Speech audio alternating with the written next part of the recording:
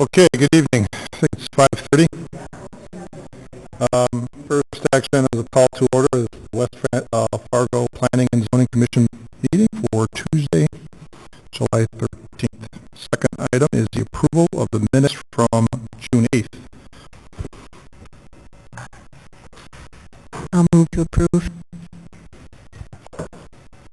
Second. It has been moved and seconded to approve the minutes from the June 8th meeting as published. All those in favor say aye. Aye. Any opposed, same sign. Motion passed. Item number 3 on the agenda is public hearing.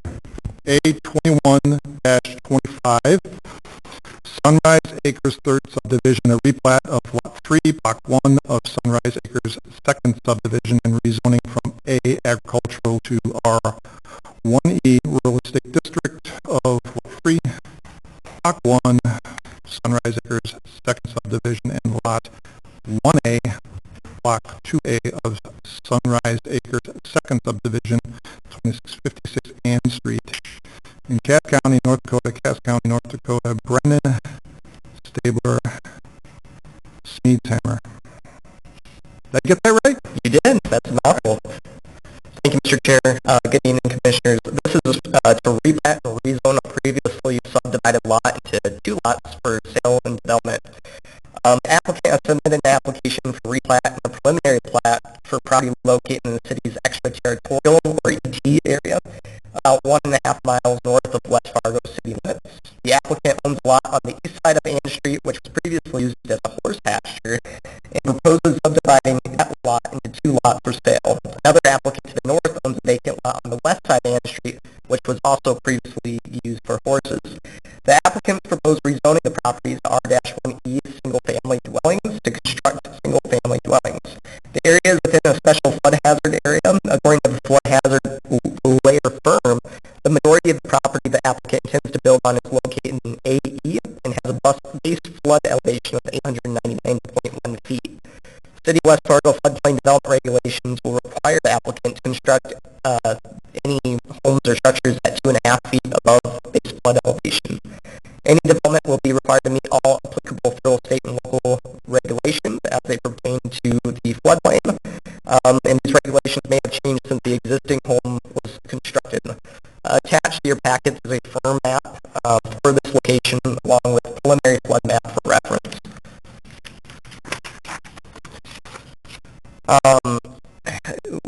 We issued a notification to property owners within 150 feet, along with applicable agencies and departments, including Reed Township officials, Cass County Planning, and Cass County Sanitarian. The Cass County Public Health and Sanitarian have been contacted by both the applicant and the city, and they have indicated a minimum of 1 acre is required for on-site septic systems. We also received a comment from a neighbor to the west who was worried about accessing her horse pasture, which there is a public easement to the north of the property that can be used for access. Suburban restricted growth sector includes areas between the current and proposed diversion, which may have new development potential should the new diversion be built. The G1 area within the comprehensive plan identifies significant tracts of land that are currently rural, but where directed and well-planned new development could occur around the identified potential in future mixed-use and employment centers. The surrounding property is currently zoned for real estate residential development. Increasing the density of an existing residential lot may be seen as a benefit provided it does not increase the burden to agencies which may service the property. It is recommended that the city approve the proposed application on the basis that is consistent with city plans and ordinances, with recommended conditions of approval as follows: that any building permits should follow the preliminary flood map, which will require % allowable fill on any development. 2, that any concerns from Fargo Cass Public Health with regard to on-septic system on the newly proposed lot is addressed and or reviewed by the applicant prior to consideration of final plat. 3, that the applicant is meet all federal, state, and local requirements for improvements to the site and structures. 4, an attorney title opinion is received. 5, a drainage plan is approved by the city engineer. 6, a final plat is received with any necessary easements. And 7, a certificate is received showing taxes current. This is a public hearing, and I am available for questions. Thank you. So seeing it as a public hearing, I'll open it up for questions, comments from the public. As a note, if you are going to come, I ask that you come to the podium, identify yourself and where you live, and then you can speak. So, are there any comments on this topic from the public? Yes, I would like to address a couple issues. I am the property owner directly, not to the west, to the east. Your name, And your name, ma'am? I'm sorry? Your name, ma'am? I'm sorry. It's Maureen Nelson. Hi, Mrs. Nelson. Okay. And can I distribute something? Sure. I'll see why not.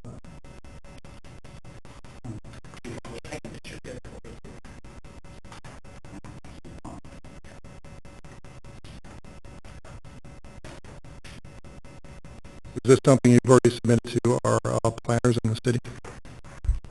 Ma'am? Is this something you've shared already with the planners? No. Okay. I didn't learn of this until Look, I'm I sure you received people. a letter. And this is from my abstract, my title. Okay.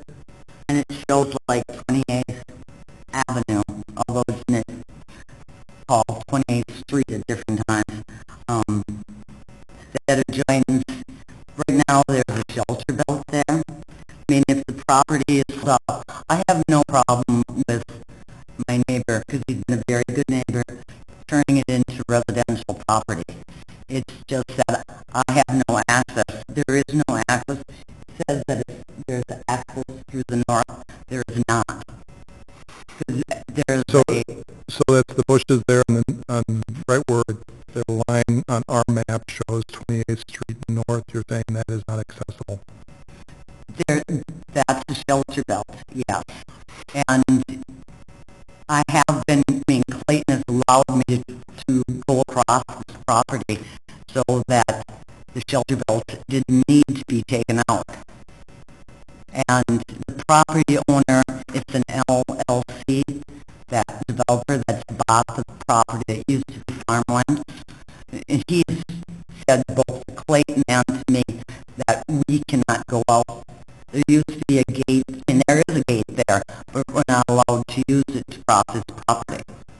So basically, I do not have north access. And I'm east, not west. Ma'am, could you, which property is yours on the picture, on the screen? I'm actually number 2. So is that, But you don't see it in there. You see it on this.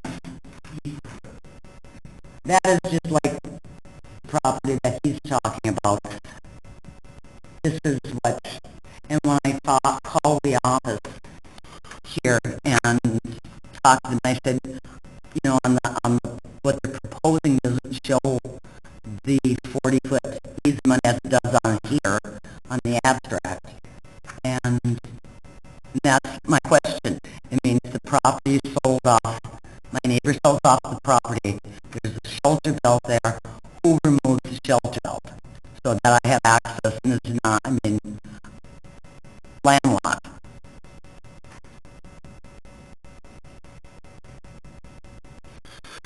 Because Okay. there is no access on the north side.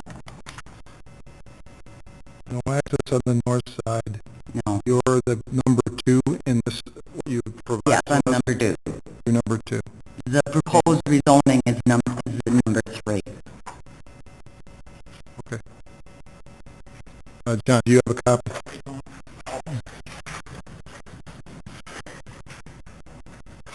And I just want clarification because that property is sold and my property is totally landlocked. And you're number 2, so, and the property number 1, you don't have access to on that side either. Fine. No, there's no access onto the north side. That's not correct.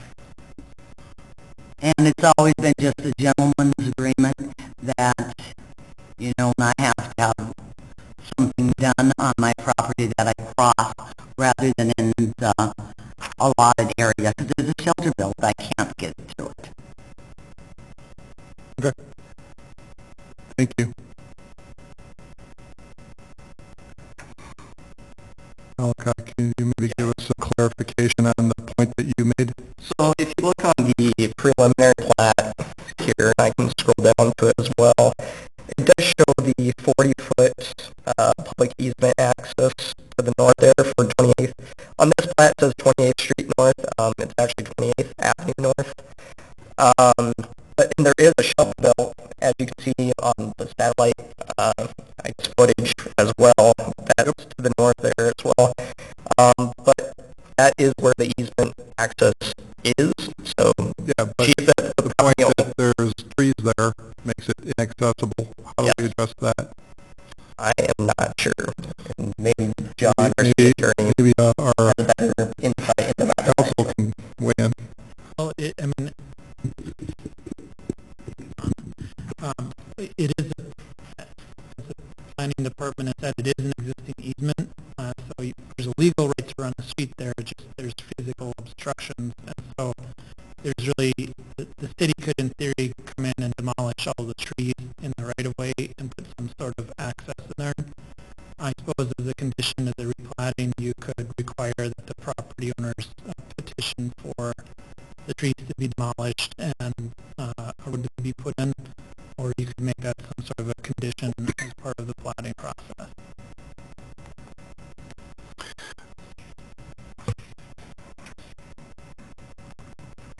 From a purely legal standpoint, there is access, it's just physically there's not access out there. Yeah. So putting it as a condition is that it be physically accessible through an improvement and or removal of the shelter belt. Well, we'd probably want to require that the property owner would petition, I mean, without knowing what the property owner's intent is, if they were willing to pay for having the trees removed, or if they're willing to petition, because they could petition and have a road put in place, and the city would then construct improvements without talking to the city engineer. Don't know what those improvements would look like, don't know how much they would cost. So the city would be required to make the improvements, is what I'm hearing. There's a couple ways we could handle it. We could require that they put, the petition to have the improvements made, or they could pay part of the cost of having the improvements made. One of the issues that I can see that they may say is that they currently have access to their property, but it is cutting off access to other property. I think you would have justification to include as one of the conditions that arrangements be made for access to the other parcel along that right of way, which is going to include removing some of the trees. I don't know if the applicant here to address that. I believe one of the applicants is Clayton. Are you? Yeah. Somebody would you?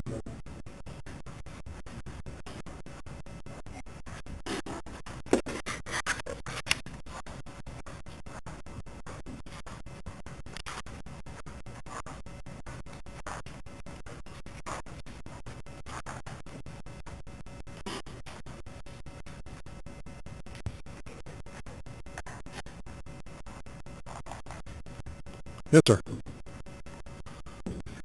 My name is Matt Stabler. I'm one of the guys that's petitioning to buy the property. It would be the one on the east side of that road in the previous slide. The one on the east, which is then going to be subdivided into two. Is that correct? Correct. Okay. We understand that I understand that there is an easement there. There is a shelter belt there. There is also some good flat land there too. I mean, what I'm looking for basically is to parcel out that acreage. I know that I'm not allowed to build on the easement or anything like that, so I don't see that being a problem. It's just a matter of I would stay off of the easement. All I'm looking for is my little 1 acre chunk of land, I guess, to build a house and I really don't feel that I should have to maybe do a lot of dirt work, cutting down trees and stuff for access for property. I don't even even own I don't even own the property yet, and a property that is also can be accessed, but like I said, I don't really feel like I want to put in a whole bunch of time and money to clear the land. I'm not exactly sure where the shelter belt is, if that is in the easement or if it is on the property line of the easement. Well, it's from the satellite picture, and I'm hoping this is pretty accurate. I believe the shelter belt currently resides on the northern side of the 40-foot easement. And it looks like it's taking up a little more than half from what my eyeball telling me. So maybe 20 foot in is my guess. If these lines are to scale. And from the judging from the tracks here in the picture, access has been kind of right across the acre which you're referring to. Up till now, gentleman's agreement. I'll make a quick note to the commission. As I understand it, the adjacent property owner owns land adjacent to that property, and though I don't know the site conditions out there, because that land that is owned is adjacent, could access that from the property that she resides in.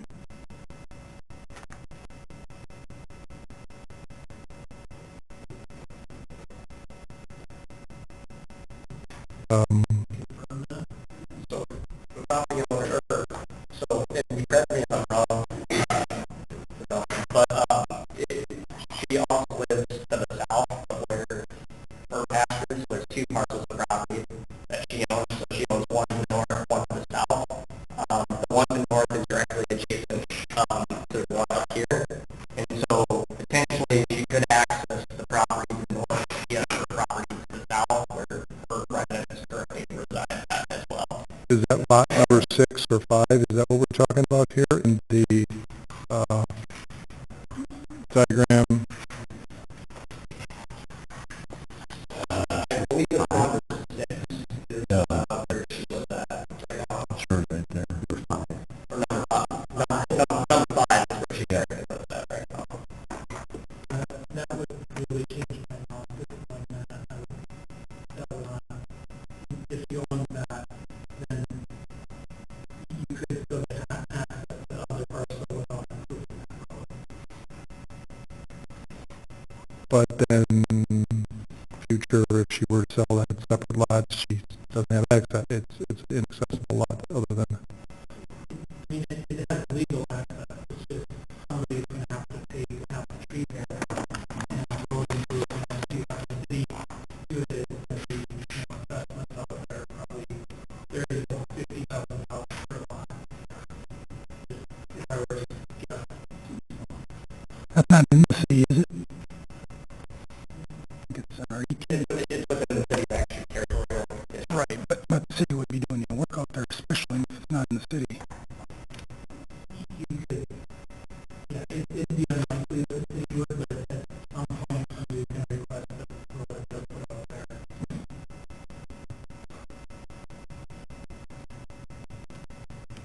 Just to also continue what Mr. Shockley notes, that the property owner would have legal access to that property, but also reasonable access through the lot that she currently owns.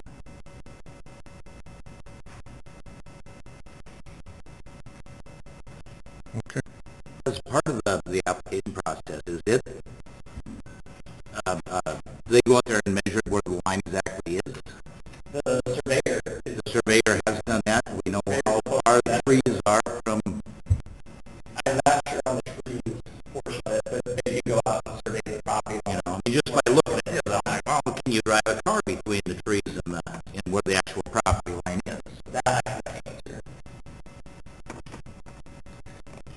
Question I have is, if she wants to access that and she would be willing to cut those trees down and go forth with that, there's nothing stopping her, correct?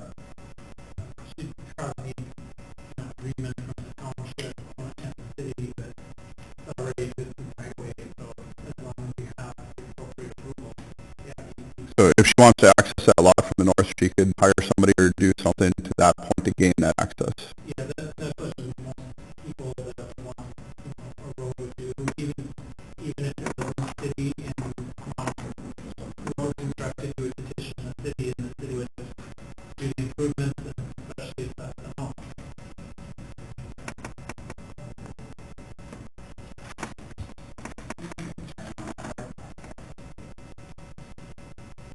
Yes, sir.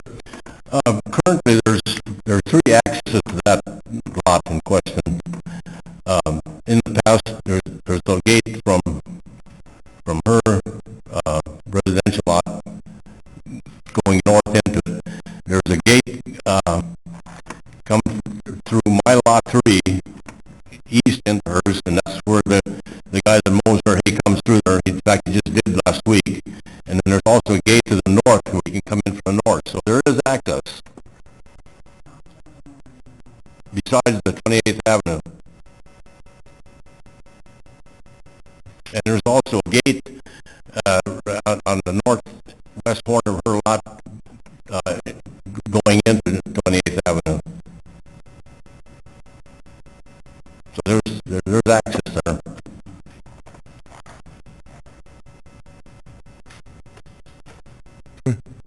Thank you. Appreciate it.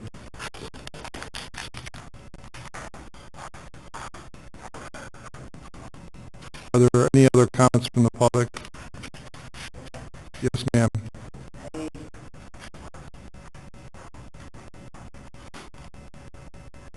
I just want to clarify that I do not have access on the north side. Never have. That is a totally different parcel of land. And we were told, where you see the tracks that run there, that is on the other person's property.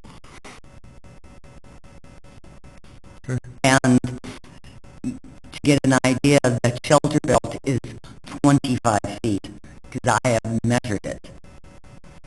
And so, unless it bumps down to get 40, it would show on... Well, the easement is 40 feet.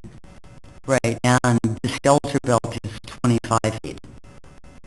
Right, so there's 15 feet theoretically of drivable. I mean, I would have never bought the property had it been landlocked. I mean, that would necessitate me building a road across and access back to that piece. I mean, I bought it simply because it showed that 28th Avenue was there. I would have never bought that property. Yeah, but this was never improved yet, right? So it's just the road, the easement is marked out, but it's never been gravelled over or anything like that. Okay. You could still, I'm assuming that the trees are 25 feet. That would be 15 feet. You would still have the right to use the 15 feet back up from our property. But that would, how you would want to go out and measure property line. I mean, I have two shelter belts on the backside of property number 5, and I had to have work done on that shelter belt, and the person that removed the trees, 9 trees, had to go across to get into my property to remove them. I mean, if I want to take the building, I have a horse barn that's there. In order to take that down, I have to, drive a truck across my property and put in a road. That, to me, doesn't make any sense when it was already, shown on the abstract that the property that I bought, that there was access. There still is that. This replat would not get rid of that 4-foot easement. The trouble is like, who's going to remove the trees there all the way? Yeah, and that's an improvement to 28th Avenue, which certainly would be beneficial for the access, but it's not required, as I'm understanding it. And I understand the easement exists, the right to utilize that chunk of land to access the property is still there. There's no change to that. No improvements can be made on it by the individuals that are proposing to acquire question is, because to date, you have actually been going through the property to access the property, that will potentially change, so you have to drive around closer to the shelter belt is how I would understand it. Now, if improvements are desirable to make it easier, that is something that would fall upon whoever wants to make that investment. Yes, because it's an easement by necessity. Yes.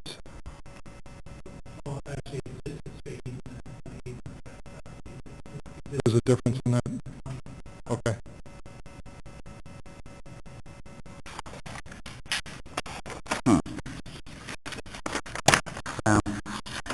The only access I have is to the west. Unless I'm required to go across my property, which doesn't make any sense. The access is still there, and Ann Street to 28th Street. Just make a quick note for the record. I believe it's platted right away, as opposed to an easement. So,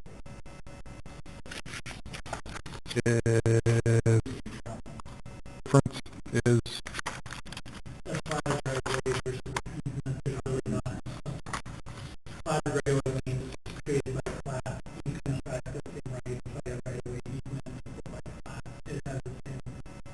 same impact.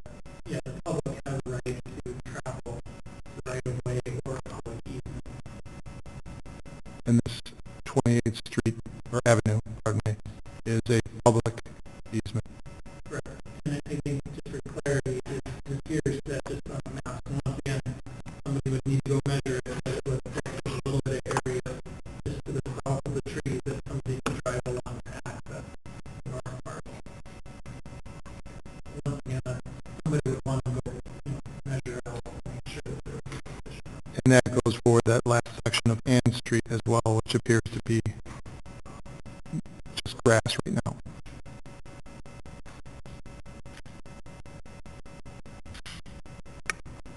Okay. Any other comments from the public? Seeing none, I'm going to close that section, Commissioners.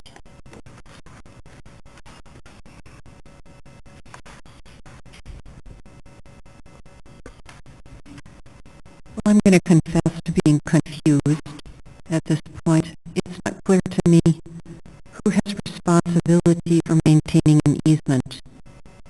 And in this particular case, it seems to be that the claim is being made that the individual property owner who needs to use the easement is responsible for it and making it usable. Is that correct? So this is what we refer to as an unopened existing right-of-way or easement. So it exists, it's there, there's a legal right to access the property. It's just the political subdivision. The township or the city hasn't formally put a road through there. And so it means that somebody can walk along that existing legal right-of-way. They could drive a ATV, they could drive a tractor, they could drive a car, assuming that you can get through there without getting cut in moderate, size. It's just unapproved. And so there's a legal right to get there, it's just unapproved.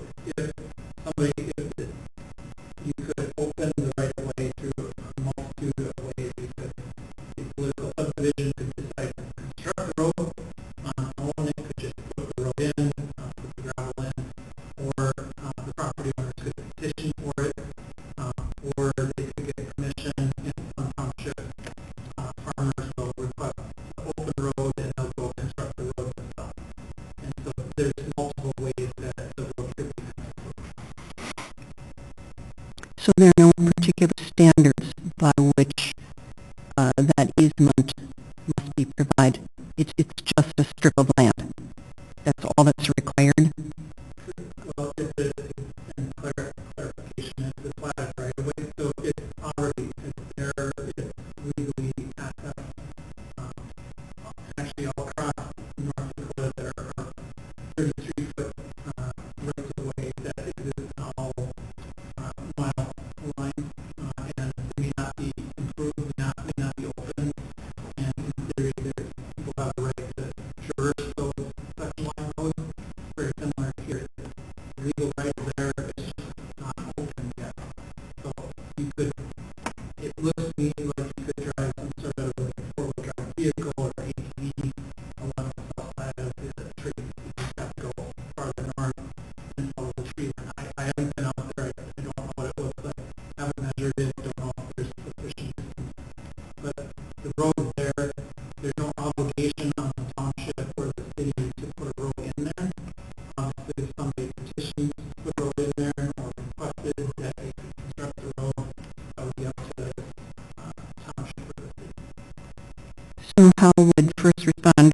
department, et cetera, get into this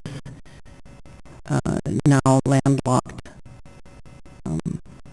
lot? Currently, I mean, legally they could, if it was emergency, if they could just drive across the existing open land, or they could just follow the existing right away. They just have to drive off road, on the unopened part of the road. That doesn't seem right to me. Something's missing in this picture here about how you, who, the responsibility for an easement that is actually usable by public services and by the owner. And I feel like there's a lot of mush here about where the lines are, you know, where the property lines are, et cetera. Let me try this again. There is no legal obligation for political subdivision to open a road. In fact, there are some subdivisions even in the existing part of the wild where they roads haven't been built yet. So you have a plat that shows right of way and lots along it. The road has to be built. There's no legal obligation for anybody to construct a road. The decision to construct the road is made by the city commission or the township supervisors. That decision can be initiated by a petition of the property owner surrounding it that they would like to install a road and will pay for it, or especially if that's the property, or in some township would be a request, a petition to the township that if by farmer I want to open this section line road, I'll pay to improve it and I'll put improvements in it. There's no legal obligation on any entity to construct and improve the road. It's purely discretionary decision by the political subdivision. This issue here in front of us really doesn't necessarily affect that. Subdivision of the lot access that's then used right now is just a gentleman's agreement not using the easement anyway. Nothing's changing from the easement standpoint. Right.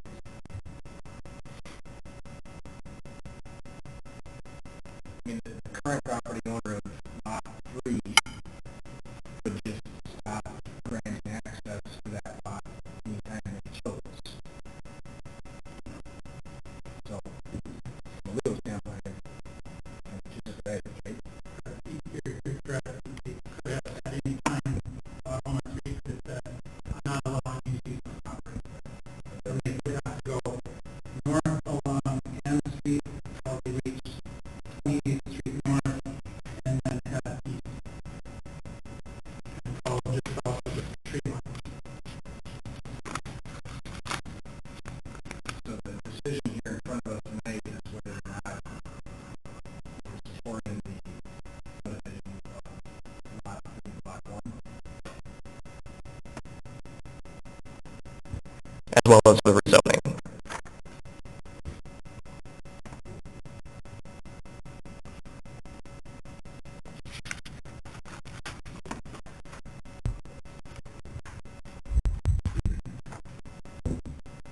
Anybody else? I guess with that in mind, with your recommendations here, the 7 recommendations on staff final report,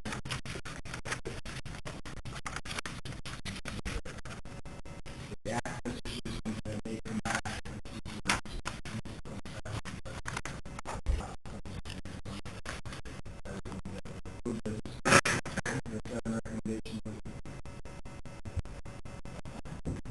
I'll second that. Okay. It's been moved and seconded to approve. Are there any other questions or items to be discussed prior to vote?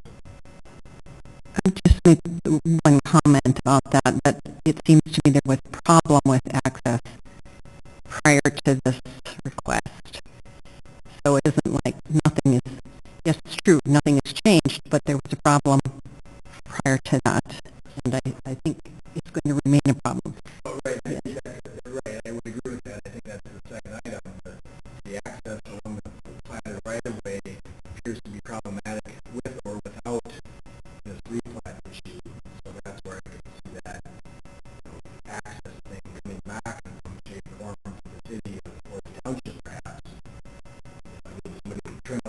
shelter belt so that you get access on North Sun. Yeah, I think we're, And it may come up when it wants to subdivide that lot, right? Because suddenly you're going to say, wait a minute, you have no access to that lot. So we're going to get emergency personnel there, how are we going to get anything? Unless that road comes down, and because depending how you break up that lot is going to make a big difference on where are they going to need 28th Street? okay. Anything else? Any other questions before vote? It's been moved and seconded to approve the application as submitted with the 7 recommendations. All those in favor say aye. Aye. Aye. Any opposed, same sign. Motion passed. Thank you.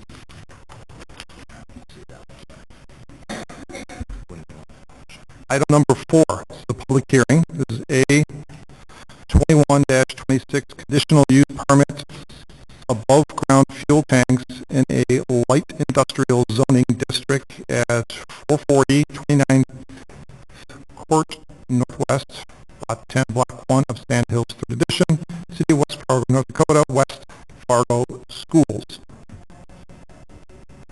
Good evening, Chair and Commission. Applicant is requesting an 18,000-gallon propane and 20,000-gallon diesel tank above ground fuel tanks for fueling vehicles and equipment, and has provided a site plan which illustrates the proposed location of the tank to be 75 feet from the south and 82.5 feet from the east property line. Above ground Class 1 propane and Class 2 diesel liquid storage tanks larger than 5,000 gallons are provided for as a conditionally permitted use in the LI light industrial zoning subject to the following. Minimum distance of 75 feet is maintained from property lines, as well as placement and screening to ensure both aesthetic and public safety purposes. And that the use is reviewed and approved by the fire department for quantities and separation from other lots of record and buildings. A conditional use permit agreement is required to be signed prior to issuance of a building permit and may include conditions deemed appropriate by the Commission. Criteria for granting conditional use permit are outlined in your staff report with no noted concerns. Property owners within 350 feet and applicable agencies and departments were notified and no comments were received. As far as consistency with comprehensive plan and other applicable city plans and ordinances, the application may be considered consistent with the comprehensive plan and the intent of the LI Light Industrial District with an approved conditional use permit. With regard to planning issues and above ground storage tanks, staff does not have concern. However, the applicant must comply with all requirements set forth in the International Fire Code, which will be enforced by the West Fargo Fire Department. It is recommended that the city approve the proposed application on the basis that it is consistent with city plans and ordinances, with recommended conditions of approval as follows. 1.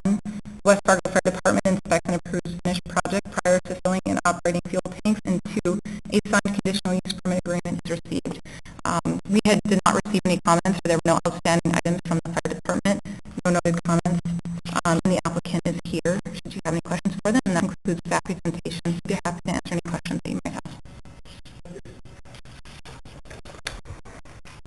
So this is a public hearing. I'll open it up in that section for public comment and input.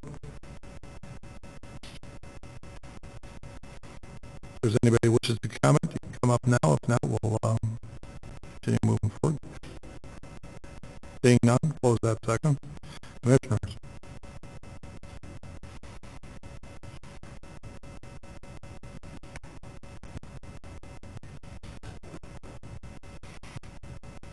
We got 2 of these today, too.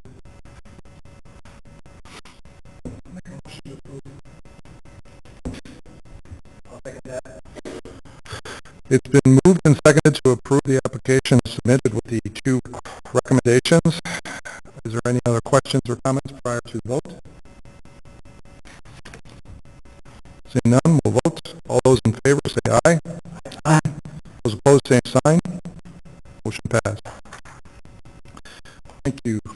Item number 5, again a public hearing, A 21-27, conditional use permit for above ground fuel tanks in M, or a heavy industrial zoning district at 830 7th Street Northeast, on Block 1 of Glen Addition, City of West Fargo, North Dakota, Penske. A similar request for your permission. The applicant is requesting a 12,000-gallon above-ground diesel tank for fueling vehicles and equipment in the M Heavy Industrial Zoning District. Above-ground Class 1 gasoline and Class 2 diesel liquid storage tanks are provided for as a conditional use permit respective zoning districts. Due to the nature of the surrounding development, it's recommended to provide conditions as may be recommended from the West Fire Department, and similar to the other application, no concerns were noted from the Fire Department. A conditional use permit agreement is required to be signed prior to issuance of a building permit and may include conditions deemed appropriate by the Commission. Included in your packet is the criteria for granting a conditional use permit, which has no noted concerns. Property owners within 350 feet and applicable agencies and departments were notified. One comment was received just today, I believe, in support of the project, which was emailed to your commission just this morning. I do have a copy if anyone would like to take a look at that. The application may be considered consistent with the comprehensive plan and the intent of the heavy industrial zoning district. And with regards to planning issues dealing with above-ground storage tanks, staff does not have concern. However, the applicant must comply with all requirements set forth in the International Fire Code, which will be enforced by the West Fargo Fire Department.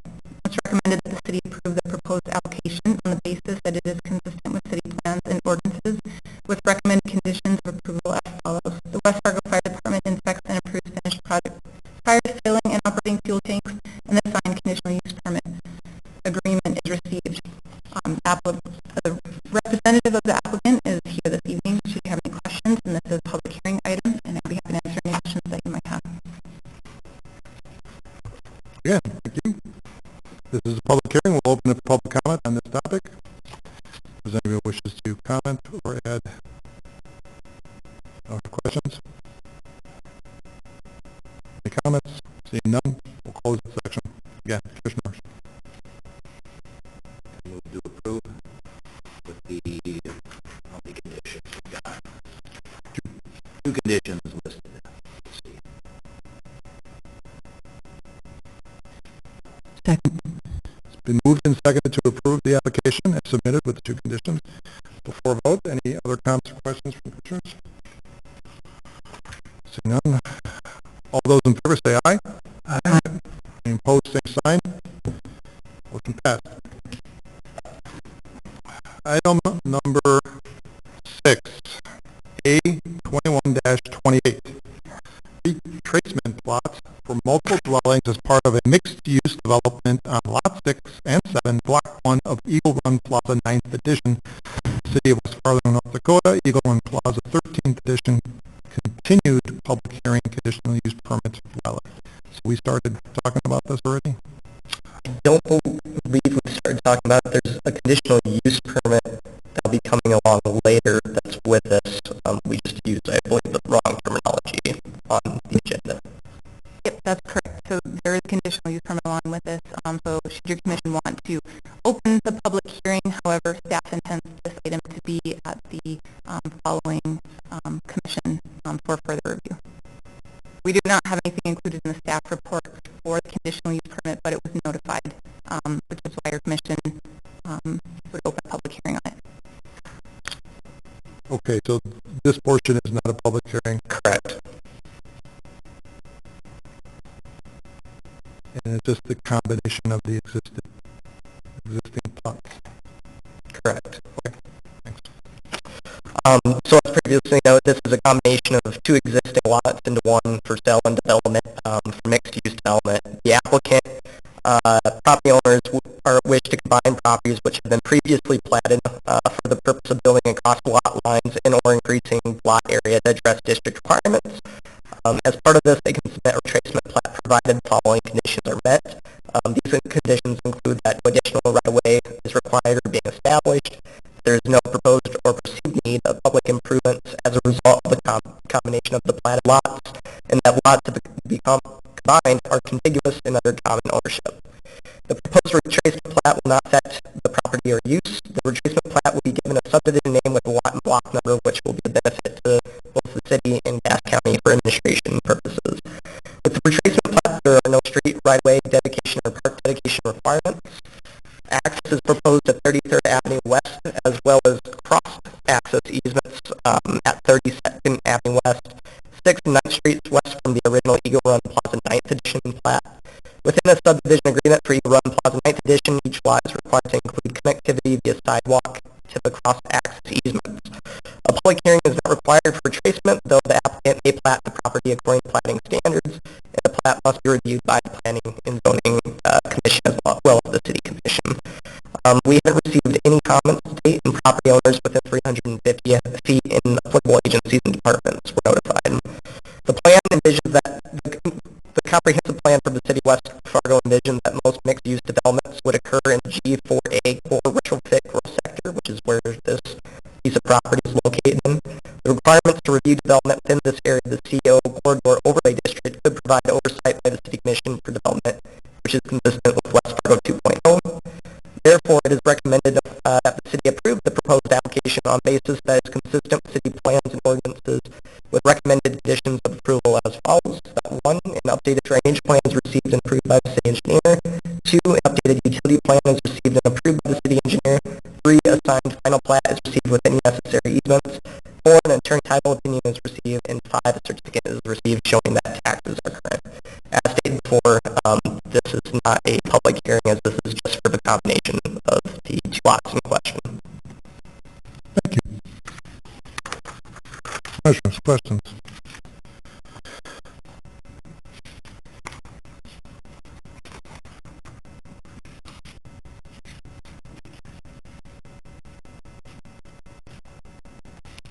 Pretty straightforward.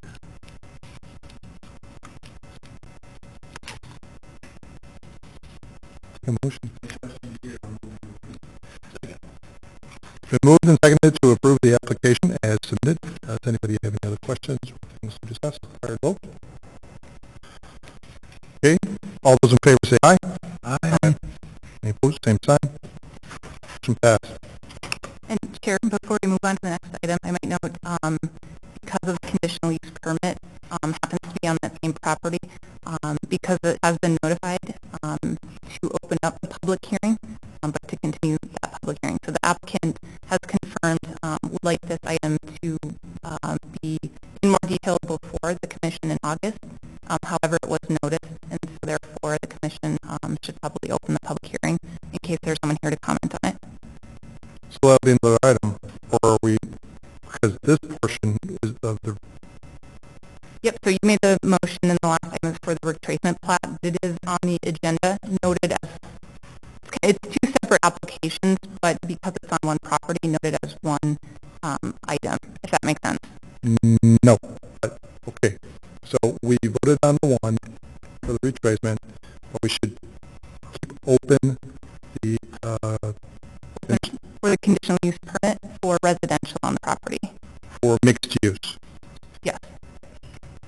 Do we have to do something, a motion to keep it open? Is that we have to do? Somebody give me a little guidance there. Sure. I don't know if Mr. Shockley has any comments, But but otherwise, they have to resubmit a new application, right? right, so if there's, somebody could be here today because the notice went out. Is anybody here today for this item?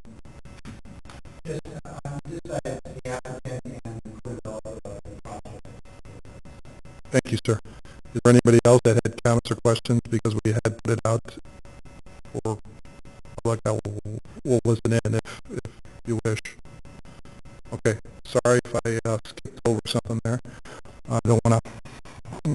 Apologies for the confusion on that one. All right, so now on the item of keeping it open, continuing the portion on the public hearing for conditional use permits as relates to the mixed use. We did take a vote on, is it okay to continue? Everybody's okay with that? So we'll continue that portion of the application. Did I get it right now? All right. Now we'll go to number 7. Public hearing.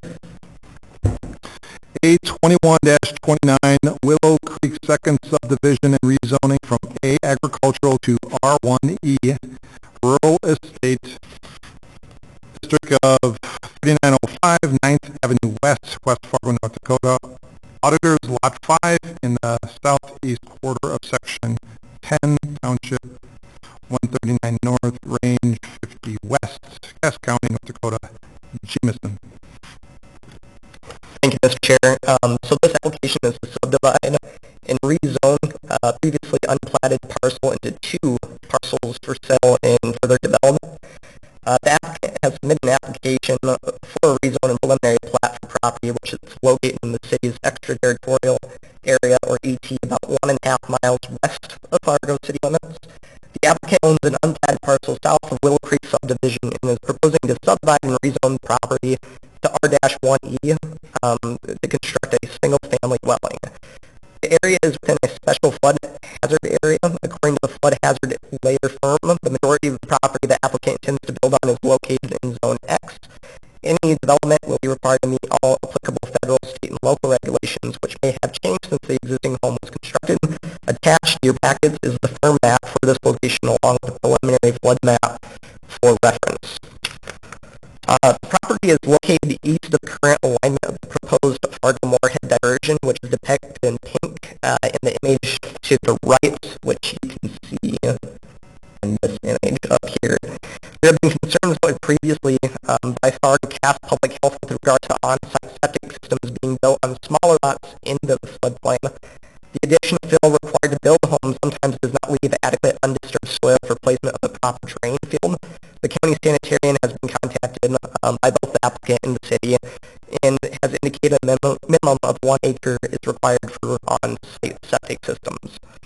Public land dedication is required pursuant to 4-0407 of the city ordinances. Given that the majority of the area will remain undeveloped, staff offers for consideration the ability to defer the public land dedication or fee in lieu, to which time when the property is either re-subdivided or further developed upon. It would be staff's recommendation that this deferral be part of an agreement recorded against each lot within the subdivision. Due to the size of lot, rezoning to R-1E could potentially allow further development of the property into additional single-family homes in the future if such a condition were provided or recorded against the lot. The city currently has no utilities in this area, nor does it provide any services. Current and future owners will need to provide utilities at this location, including but not limited to water and septic. The size of the lots proposed is 3.29 acres for one lot and 14.85 acres for another lot. The smaller lot currently has a home built on it. This is where the applicant currently lives at. The minimum lot size for R-1E zoning district is 1 acre. If lots are rezoned, there could be a potential for further subdivision of the land, which, if you're using the 1 acre divided against the other acres, you could be looking at about 18 lots based on area size. The suburban restricted growth sector, which this property is located in, includes areas between the current and proposed diversion that may have new development potential should the new diversion be built. G1 area identifies significant tracts of land that are currently rural, but where directed and well-planned new development could occur around the identified potential future mixed-use and employment centers. The proposed project is not part of any directed development effort. Property owners within 150 feet and applicable agencies were notified, and we received no comments other than the one that was provided by the Cass County Sanitarian.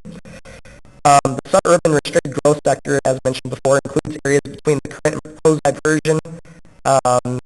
And our comprehensive plan says that this could be an area where further development could happen at, where directed and well-planned new development could occur around the identified potential future mixed-use and employment centers. As stated previously, the surrounding property is currently zoned for rural estate residential development. If the Planning and Zoning Commission recommend approval of the application, city staff recommends the following conditions. 1, that a subdivision agreement is signed and recorded against the property, which would prevent further subdivision of the lots until such time that the owner submits a detailed area plan showing how utilities could be provided and that plan is reviewed by the city of West Fargo. 2, a public land dedication deferral is recorded against each lot within the subdivision. 3, that any building permits should follow the preliminary flood map, which will require % allowable fill on any development. 4, that any concerns from Fargo Cass Public Health with regard to on-septic system of the newly proposed lot addressed and or reviewed by the applicant prior to construction of any septic systems. 5, that the applicant is to meet all federal, state, and local requirements for improvements to the site and structures. 6, that land dedication, fee in lieu, or agreement for deferral be approved by the City Commission. 7, an attorney title opinion is received. 8, a drainage plan is approved by the city engineer. 9, a final plat is received with any necessary easements. And 10, a certificate is received showing that taxes are current. This is a public hearing and I'm available for any questions. I believe a representative of the applicant is also here tonight in case you have any questions for them. Thank you, Malachi. This is a public hearing. With that, I'll open it up for public comment and for input. Is there anybody who wishes to provide input on this topic? Seeing none, we'll close that section. One question from me, real quick. When you, in your recommendations, when you're saying a public land dedication deferral is recorded within the subdivision, you're just talking about that section of, that's going to be just 2 lots. That's the subdivision, not the homes that are already there, and that Correct. Yep. So since it's not going to impact those folks. correct. Would be related to the 11-acre and 3-acre. Yep. Those 2 pieces make up this subdivision. Yep. So those 2 lots together count as a subdivision. So technically, according to our ordinances, then there's a public land dedication or fee in lieu of that is required. All right. Thank you. So I do have one comment on this. The current study for the remapping of the flood zone, this portion of this that is currently does not have a flood zone in it, that is Zone X, and that is being remapped into AE, I believe, where there will be a base flood elevation in there. Do we address that, or do we not address that at this time, since it's...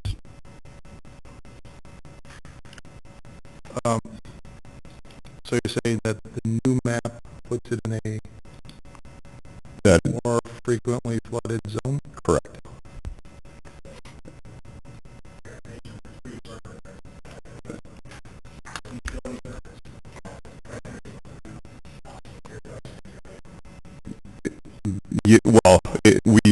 There is knowledge of that being changed, so is there anything different that, it's just a question I have, is there anything different that is proposed at that, or do we just follow what is out there as this is developed? And correct me if I'm wrong, Megan or Tim, but I believe then, so at the time that whenever the building permit is taken out for whatever is, for like the single family home that's developed on it, they would have to follow whatever the current information is. And so right now, we are with this percent allowable fill, which I believe addressed the issue, whether or not it's, even if it's in Zone X or Zone A, I might have that wrong. I'm going to add, because Megan and I worked on this for a bit, knowing that April would probably be here. But we added that item number 3, thinking that would be added to the agreement. Because, yeah, if they walk in today with get a permit at Zone X, so there's nothing we could do to prevent them from doing that, unless through this entitlement phase we add that recommendation and include it in an agreement so that our building inspector, and we record those agreements against the property. So anybody who's supposed to get a permit, it'll get caught by the mortgage company, whomever, and we will have required them to follow what we know to be better information. That's my question. Yeah, perfect. Thank you.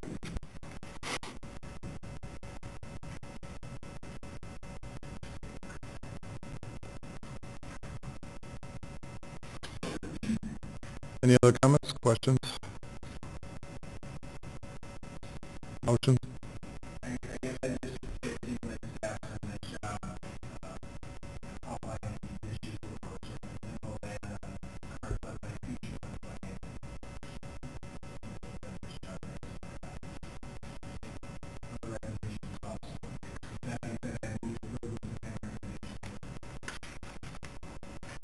Second. It's been moved and seconded to approve the application with the 10 recommendations noted by staff. Are there any other questions or discussion required prior to vote? All those in favor say aye. Aye. Any opposed, same sign. Motion passed.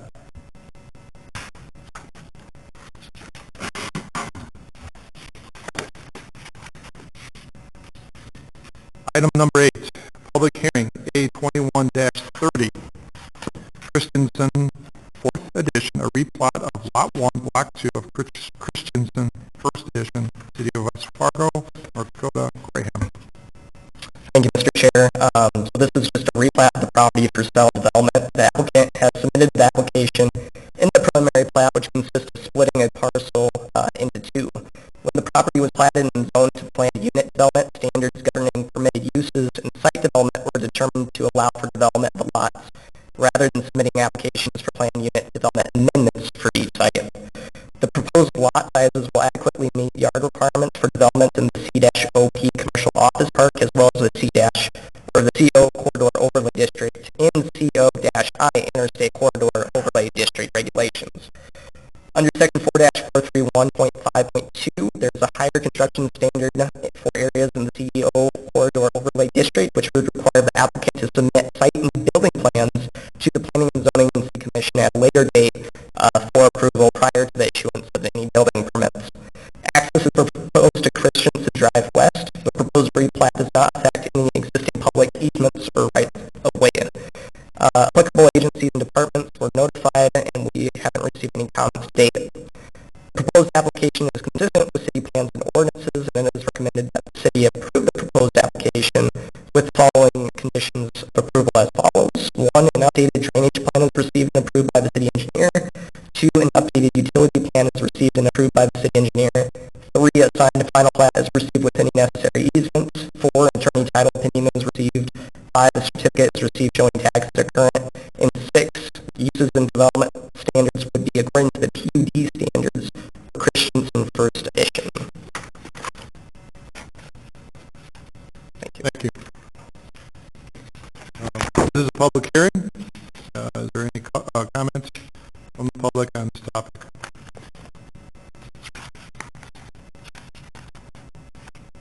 Seeing none, close that section. Commissioners?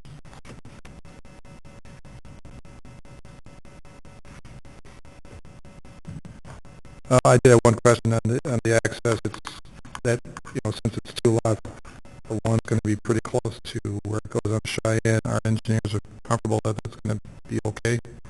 I had a conversation with our traffic engineer, Andrew Key, earlier today, and he's currently in conversations with the applicant, discussing on where best to place the access.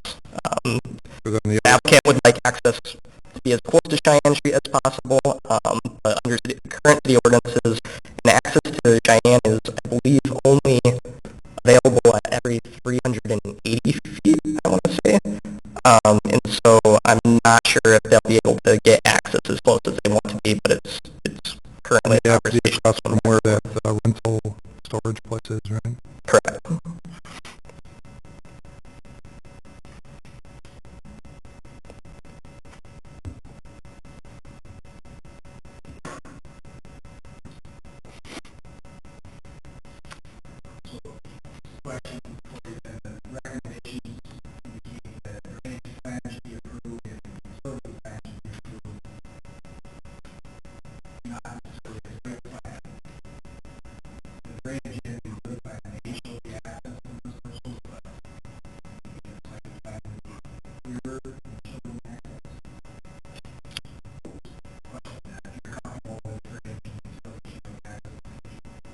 Which I believe when they go to develop the area, I believe they have to submit a site plan since it's a PUD.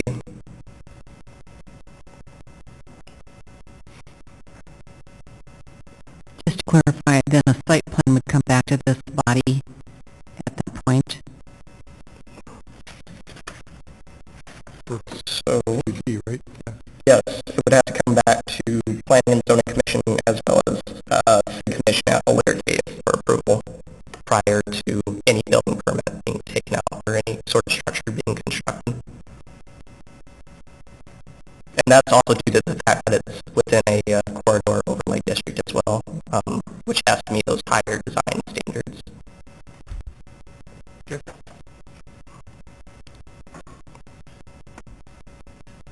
So we're not changing the zoning, we're not changing the requirements, it's just splitting it in two so they can sell up one chunk. Correct.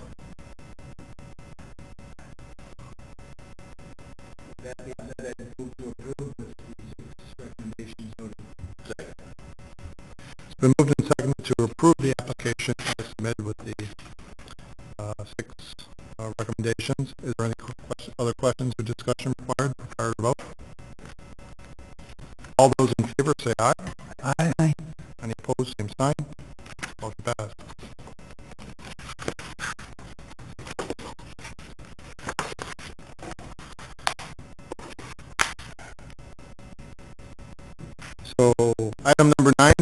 site plan review, Corridor Overlay District, strip mall at 701 32nd Avenue West, Olaf Anderson.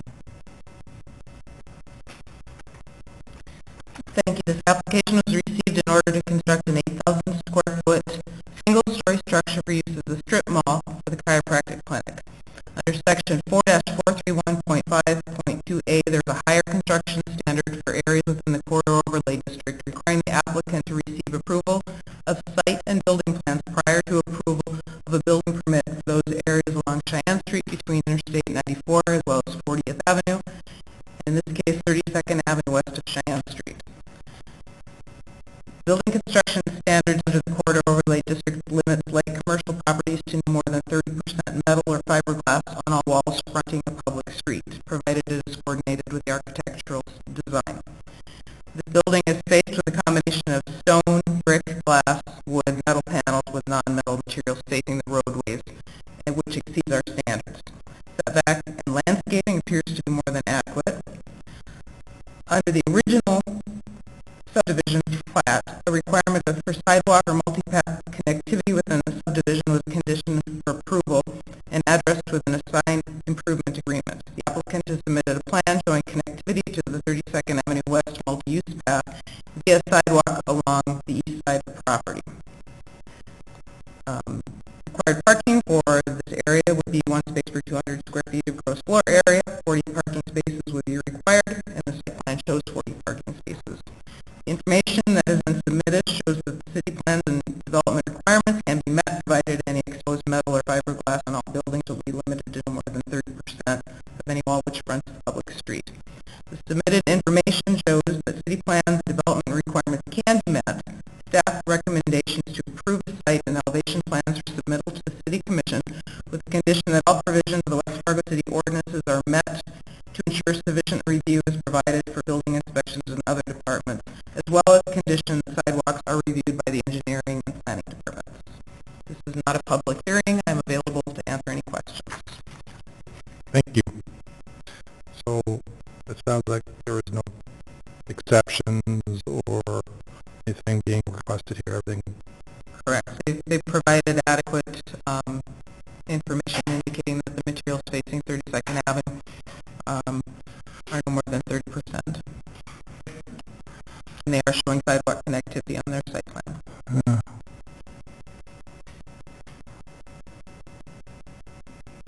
Commissioners?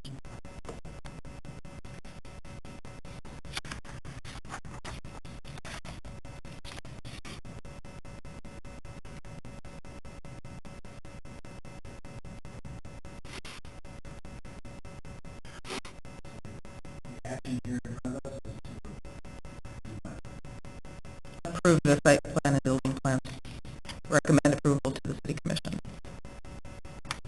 So move. It's been moved to approve the site plan.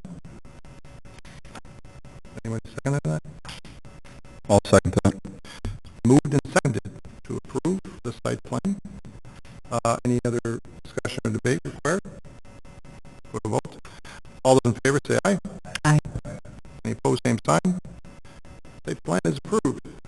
So now this next one, item number 10, site plan review for the office condos at 731 32nd Avenue West. Graham is right next to it, physically. So this property is directly to the south. This application was received in order to construct a 1,500 square foot single-story structure for use as a yoga studio. There is a higher construction standard, again, in the corridor overlay district. However, this property is not fronting 32nd Avenue. They have indicated that they would exceed the standards regarding metal, even though it's not facing the street. Setbacks are more than adequate for the corridor overlay district. They are showing connectivity via a sidewalk from 33rd Avenue, which will go all the way to the north and connect to north properties. Required parking is more than adequate. The submitted information shows that city plans and development requirements can be met. We recommend that we approve the site and elevation plans for submittal to the City Commission with the condition that all provisions of city ordinance sufficient review is provided for building inspections and other departments. Thank you. Again, same as last time, it meets all the requirements, even though it's actually further away from 32nd as far as the materials used on the exterior of the building, and parking is adequate. Correct.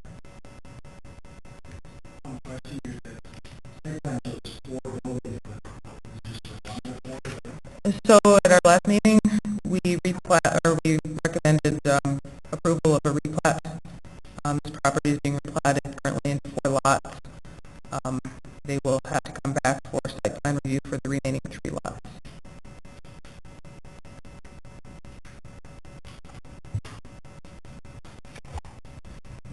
I move acceptance. It's been moved and seconded to approve the site plan. Any other questions or debate required before vote?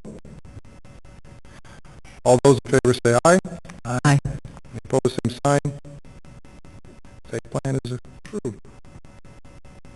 So now we have item number 11, site plan review on the Corridor Overlay District mixed-use building at 360 32nd Avenue West, Cheyenne 32 LLC. Thank you. This property is located within the Corridor Overlay District, which requires departmental review. Requires that all developments shall be subject to site plan review and approval by the Planning and Zoning and City Commission.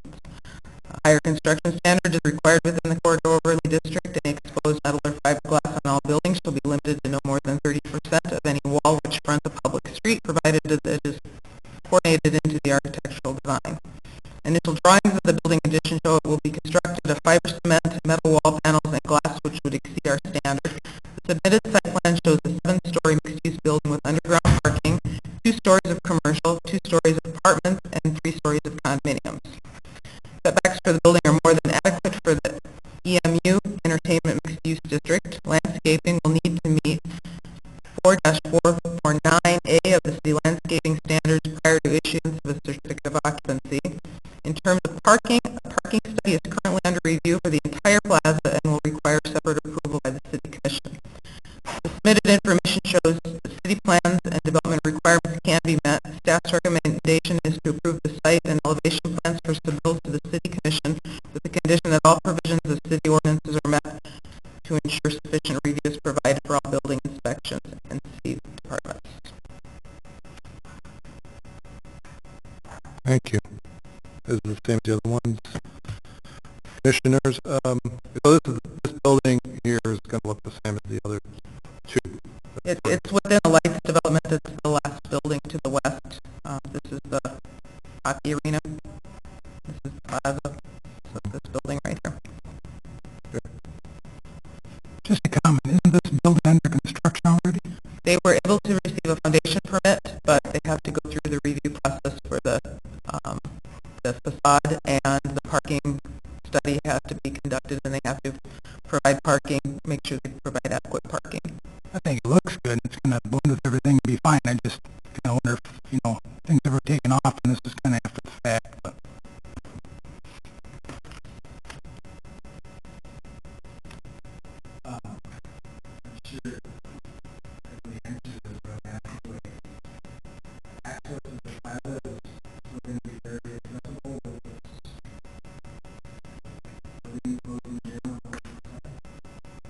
There's access via the private drive right here. This is 5th Street, and then it turns into a private drive and then access to 32nd Avenue. And then there's access throughout the plaza through these private access easements that go around the building. You mean walking access? Yeah, the buildings are separate, right? Right between the parking garage and the main building, all the different ones. And there will be a sidewalk, I believe, right next to the building. Right there.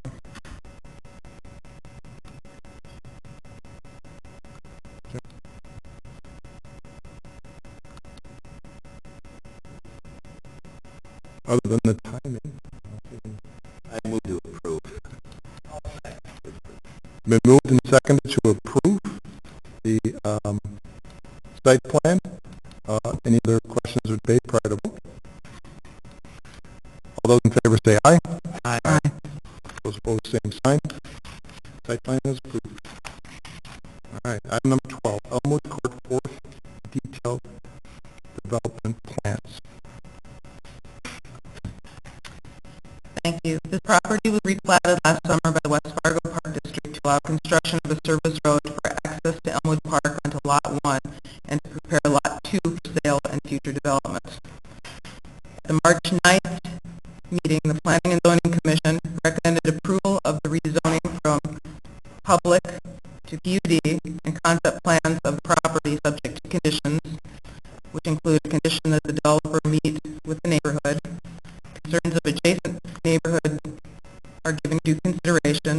District standards include provisions to require but not limit to 4-440 supplementary district regulations, landscaping standards, off-street parking and loading requirements, and sign regulations, and consideration of any comments from engineering and public works regarding servicing the property.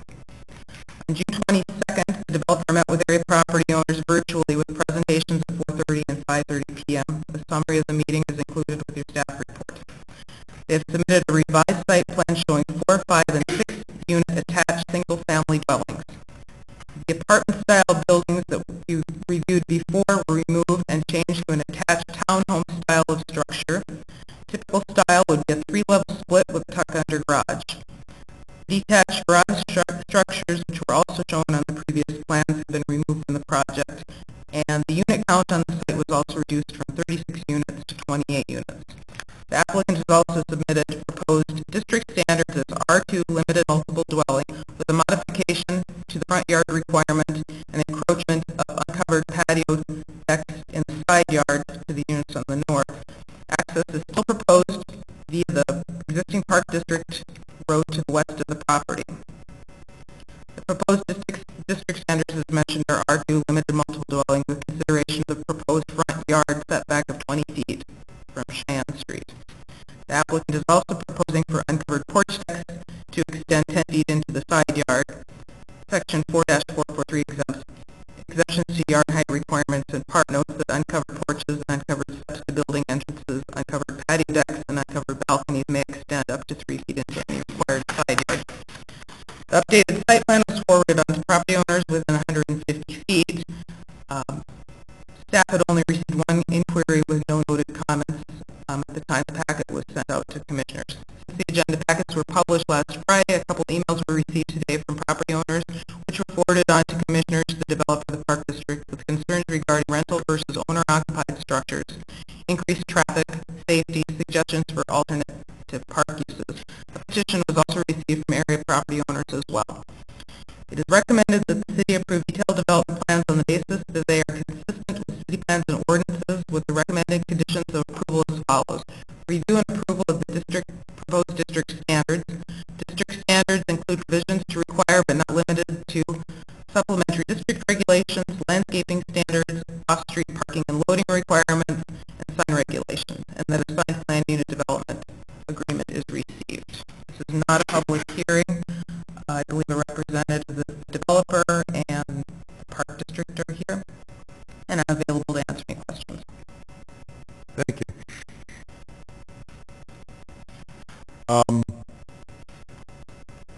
I'm assuming several of you are here regarding this topic. Even though this is not a public hearing anymore, I will be willing to open it up for discussion, to give you an opportunity to speak. I've read through, I think all the commissioners have read through some of the commentary which we have received, as well as the July 9th petition, which several of you have supported. Go ahead.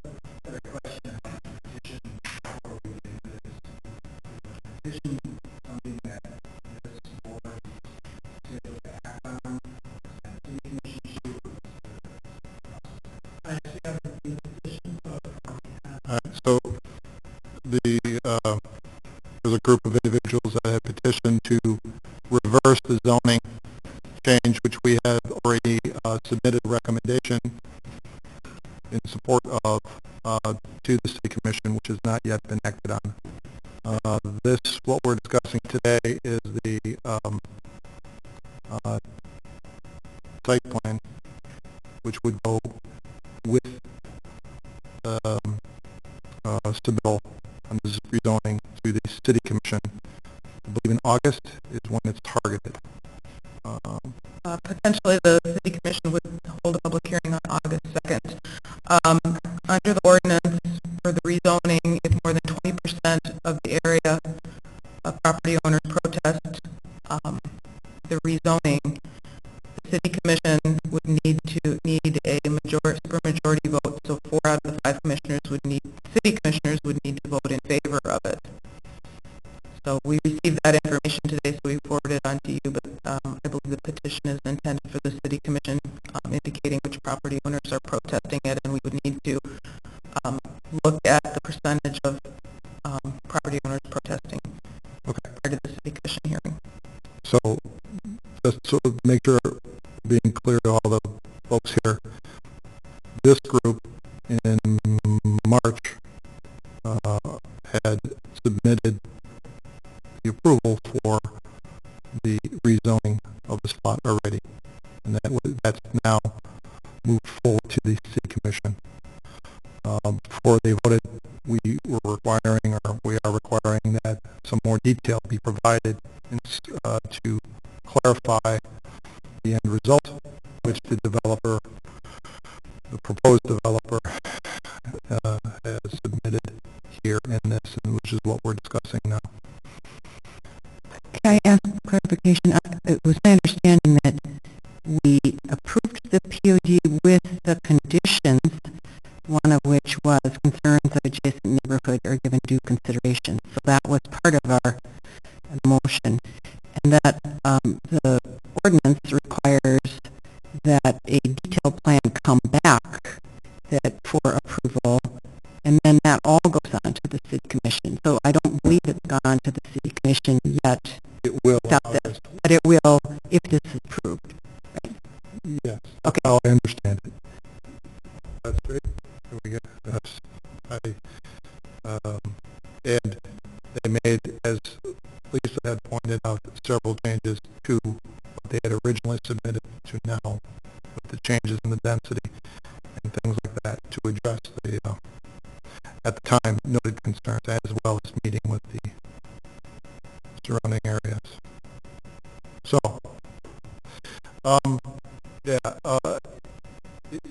if you folks wish to comment or anything, I'll be open to it. Please come on up as before. Please state your name and where you're at. I just wanted to make sure you guys are clear on what we're discussing now. And, quite frankly, the rezoning and going from a park to a development is kind of moved towards the city commission point now. But you're free to come on up and comment if you wish, because I'm all ears. Thank you, and we appreciate the chance to talk with you tonight. My name is Leanne Drake. I live at 327 19th Avenue West. I'm right at the end of the Meridian. So my driveway gets hit a lot with the oncoming traffic or traffic turning around to go into the other 4 units to my east. I was not able to be here at the public hearing because literally I was up at the farm and did not know the notice of stop, because I frequently spend my time between a farm up by Devil's Lake and here during the summer and weekends. Now, my concern, not only with the amount of traffic that we're going to get on that spot, especially with where I live, is I'm looking at the plans, and as a parent, grandparent, and even a teacher, I'm looking at, we dropped from, 36 units to 28. You're taking down old growth trees, evergreens. I'm sorry, the conservationists, why are we tearing down trees to build more units? If they're going to be single-family units, that means children. Where is their green space to play? Where is there adequate space other than driveways and streets for children to play? Where is there a playground for them to play? There's a playground up further, but it is very small. That doesn't even begin to accommodate all the children or grandchildren that we have coming into our area, especially the ball diamonds are busy. Okay, so I see all of these units. That's a lot of apartments in one little space. Where is there off-street parking? Because there's no parking for us at our end from Meridian on to park on the street. It's not safe. Backing out, pulling in, it's not safe. As a teacher and as a grandparent, seeing all those units so close together without adequate space in between for children to play, for children to have a safe place to play where they're not coming out to the streets or sidewalks, that's a huge concern. If I had been in town at the prior meeting, I would have been here and stated my concerns then. So I think we have a lot, and then to take it from the green space. I bought my place 3 years ago because across from the street was open green space. It was a park. There was a place I could see families out there playing, children playing in the open space. There were trees. I could watch the animals. I could watch the rabbits that come around, the birds, whatever. And now you're changing that, taking down all those old growth trees, all that shelter for the wildlife that we have in the city to build 28 units that are just stacked on top of each other in a very tight space. It's what I don't consider adequate green space or play space to be safe for families or children. Not to mention, where is the school bus going to come in and go out of this? That access road they're going into is closed during the winter. It was just built last year. It's closed during the winter. Are they going to tear up that end of the road to make it safer for all that additional traffic that's going to be there all winter long, including school buses? Okay, where's the bus stop going to be? It's going to be off on that winter access road, or are they going to try and have a school bus on 19th Avenue? Again, not safe.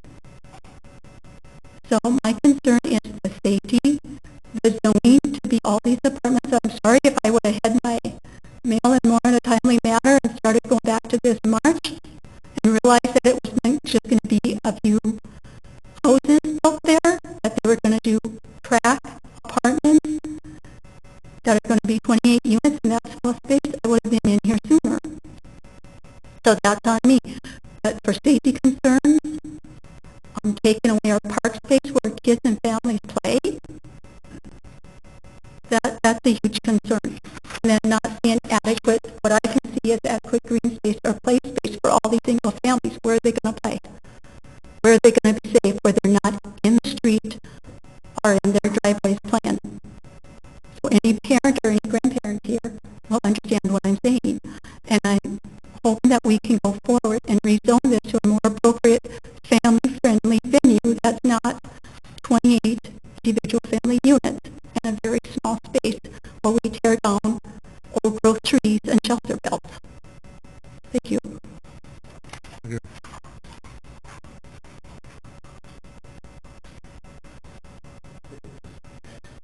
Yeah, sure.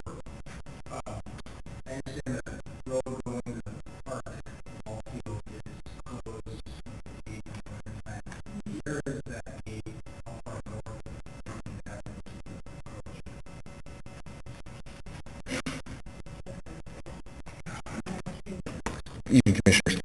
Brian Patton, Houston Engineering Developers Representative on this. Currently, the gate is directly roughly north of the sidewalk, 10 to 15 feet. That will be relocated as part of this project to the north of the proposed entrance we have on the north side of that. That would be north of there, and that access road would be maintained through a shared easement agreement with the Parks Department over the winter. So the specifics of that haven't been worked out to as far as who is responsible for what, such as snow removal and such during the winter, but that is in an agreement will be in place to move forward.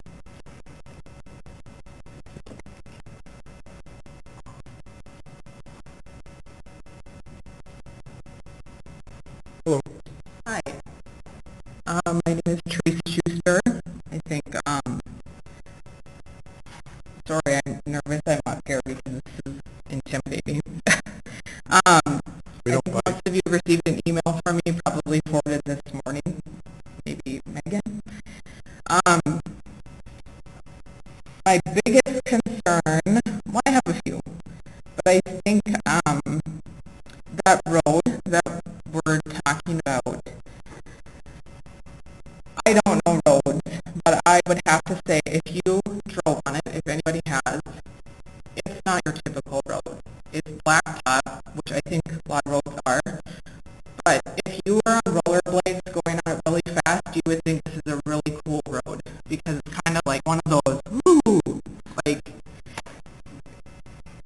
you're going to have some fun on that road. So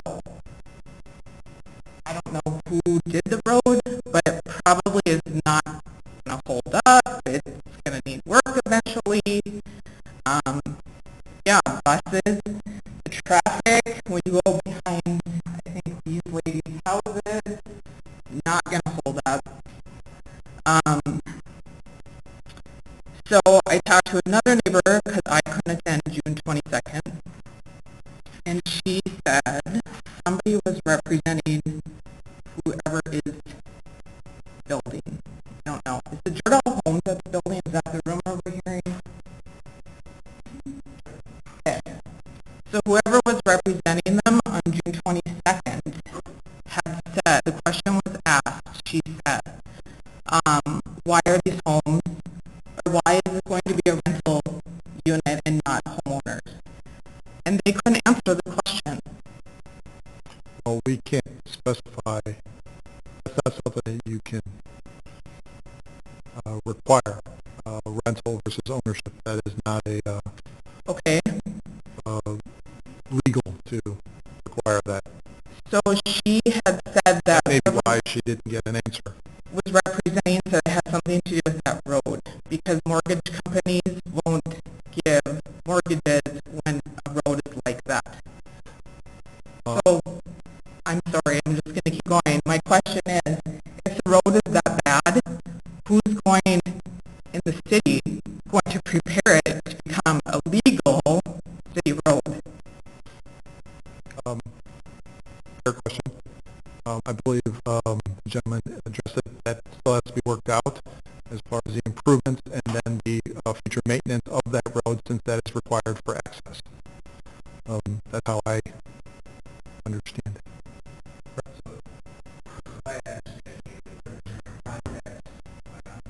Oh, no. Are you?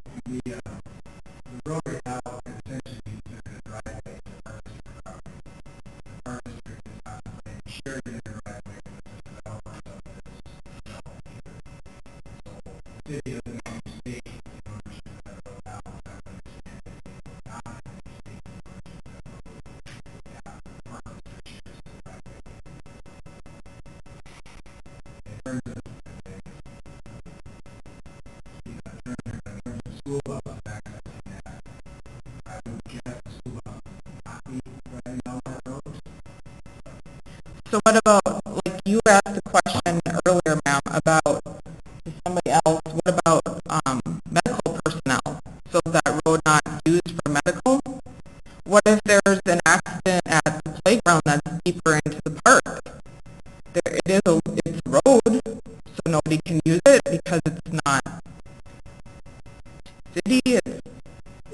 No, I think what we're saying is the opposite, is that improvements would have to be made, that it meets the requirements for adequate access, whereas currently it's just a driveway for maintenance vehicles, I believe, which is shut down in the winter. In the future, it would not be shut down, at least that portion that adjoins the subdivision property. Did I say that right? Yes, ma'am.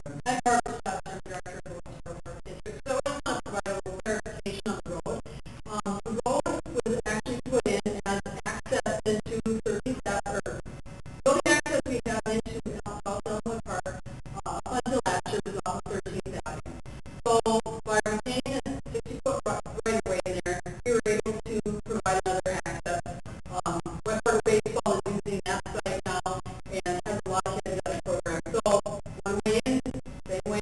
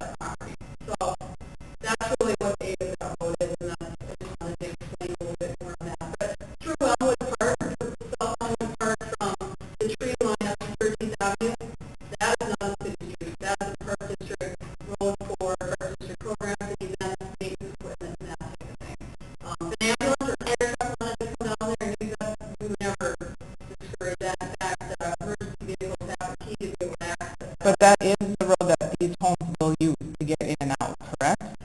From 19 to the tree. When these homes come in.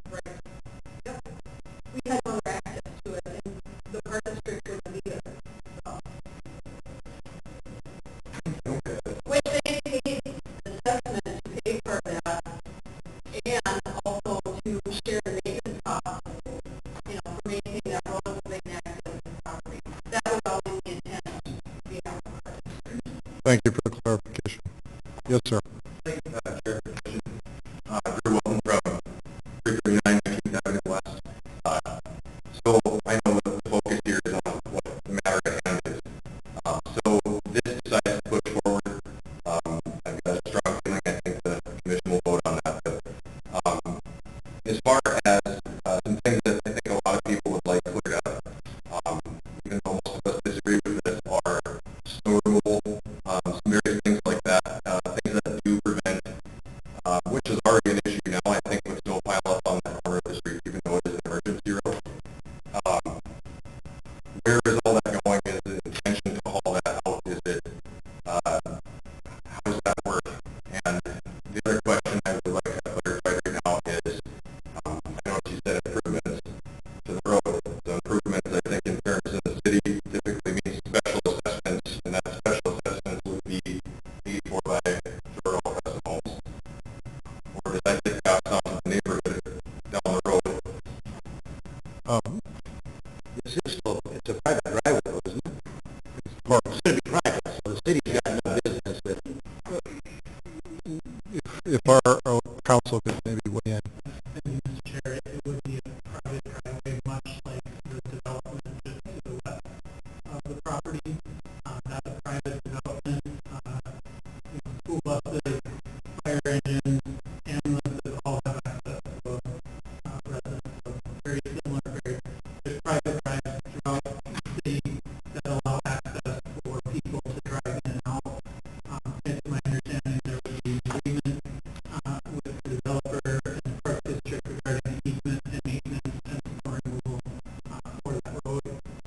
So it would be, it's almost identical to any other, whether it's Menard, that development has private access throughout it.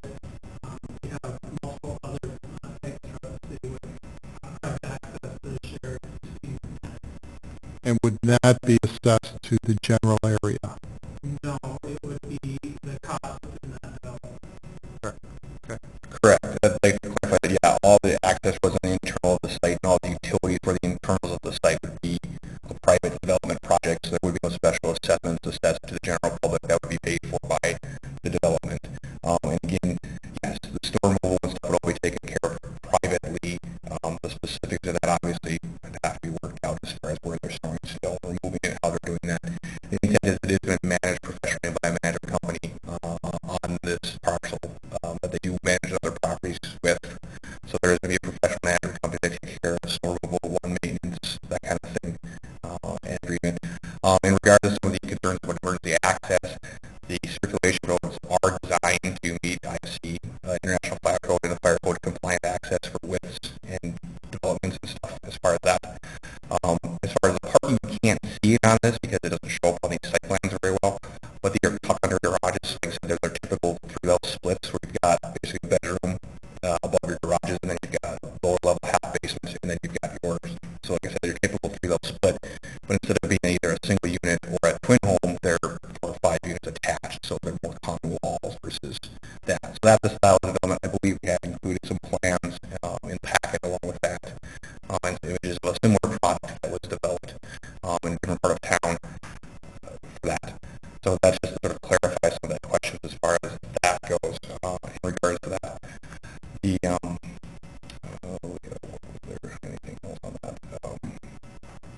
Like I said, I'm happy to answer more questions, developer, any questions. Question earlier, comment was made about the trees in the area, all seen developments, all that in the PA, cut everything down. Is there any opportunity to salvage some of the trees on that side? The intent is to try and salvage the big shelter belt up north as much as possible up there along the ditch. There's our drainage easement there that covers most of that anyways. It's undevelopable. So there will be some tree loss. I mean, that's inevitable as far as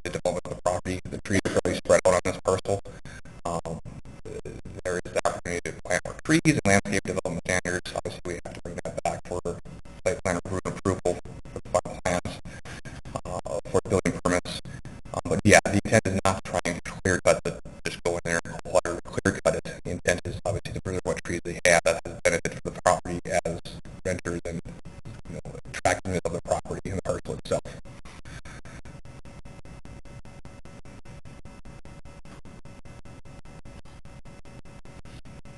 This shows that the silos and that barn and all that is not on this. Are those also going to be removed by the park? Is that, and that portion remains park? Correct. And that portion remains as part of the park district? That's a separate parcel. If you look at the imagery, roughly the edge of the green hatching or green shading, that is the boundary of the current parcel. The rest of it would remain Parks Department property to the sort of northeast.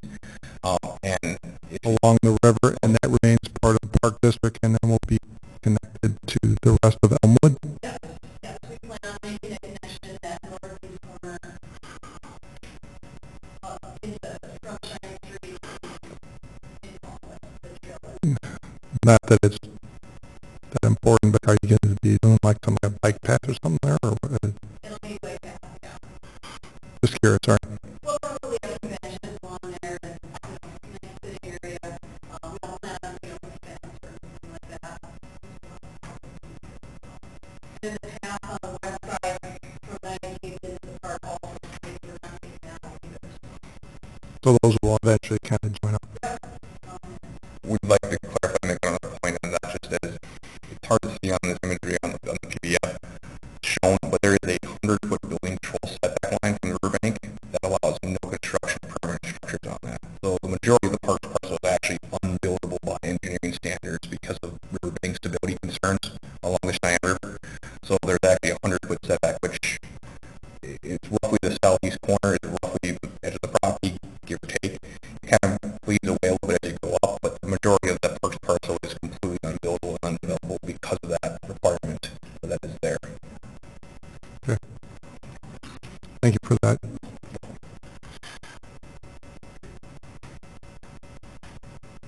Hi, my name is Sandy Hammerstead, and I live in Elmwood. I live at 412 Unit B as in boy. And the first access road right off of 19th Avenue, when they're turning on the Park Board Road there, there's a very good chance that all those car lights are going to shine right into my bedroom. So if you think about it, I mean, it's a fact of life anymore that in most households, both people are working. So we're talking 28 units, we're talking 56 cars, let's say, if every unit has 2 cars. If by chance they would all choose to come out the access that's closest to my home, I would have all those lights in my house all the time.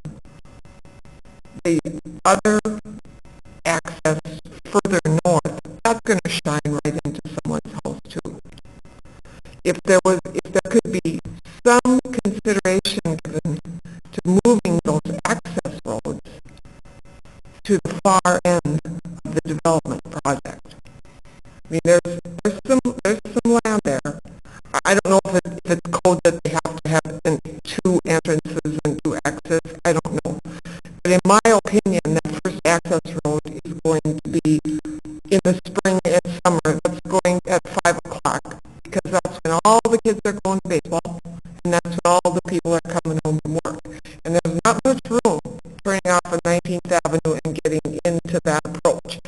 So you're going to face cars backed up 19th Avenue to the east. That's my belief. And, you know, truth be known, that view that I have on my patio door, my living room window, and my bedroom window is one of the very primary reasons that I chose to make West Fargo my home and to live in Elmwood. And I understand that we can't always have things the way that they've always been. I get that. But I made an investment. That will be my home, I hope, throughout my retirement. I think most everyone, with the exception of one unit in the 412 building, which is the back of the building that's going to face this development, all of us are retired. I mean, our purpose was to enjoy the beautiful view, and it would be well worth your time to just take a drive if you haven't and go down that parkboard road and look at the beautiful trees there are. I mean, there's full-grown evergreens, as the other lady said. I mean, I understand some of it has to go if this is going to all happen. But maybe there's a better way to do it and not impact the value of my home and the value of the other units on that side. I don't think any one of you, when you retire, want 50 car lights in your bedroom window every morning at between 7 and 7:30. And that road, that access road, it isn't as wide as a regular road. I mean, I know what happens to residential streets during a tough winter. They shrink. That road's going to shrink. If it doesn't shrink and they're hauling out the snow, then they are going to beat the living life out of the curb. Because I know how people that operate scoops do work. They go fast and get it done. I just think there's a lot more considerations that need to be done at this point about how do you treat your neighbors? How do you want your neighbors to treat you? So if we can be a little bit more cared for through this process, I think that each of us would certainly appreciate that consideration. Thank you. Thank you.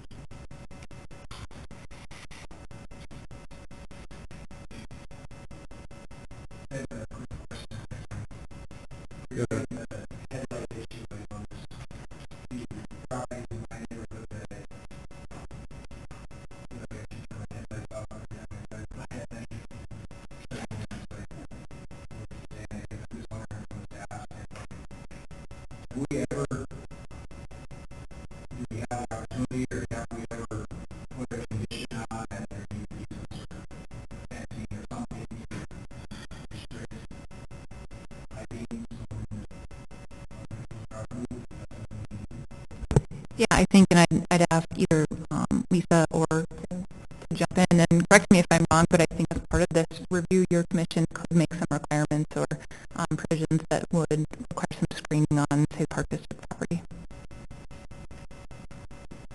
Thank you, Commissioner Megan's right. We've done that in the past. The unique situation here is that we would likely have to be asking for it on a different lot, Park District lot.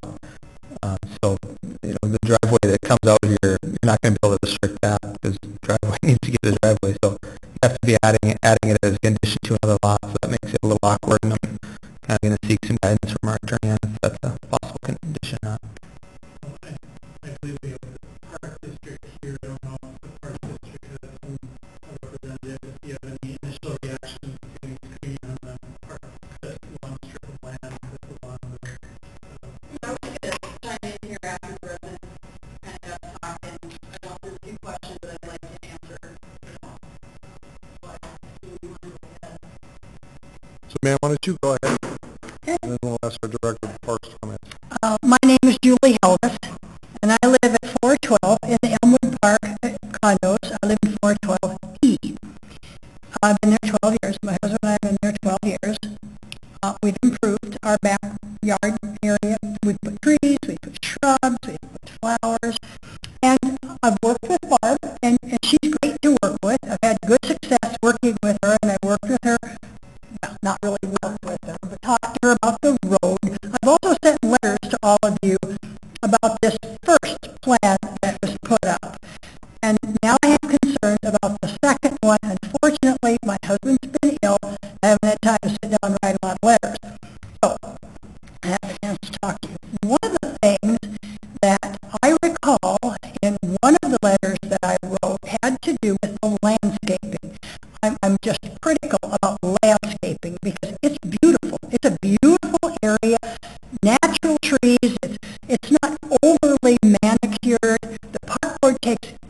great care of it. They mow it.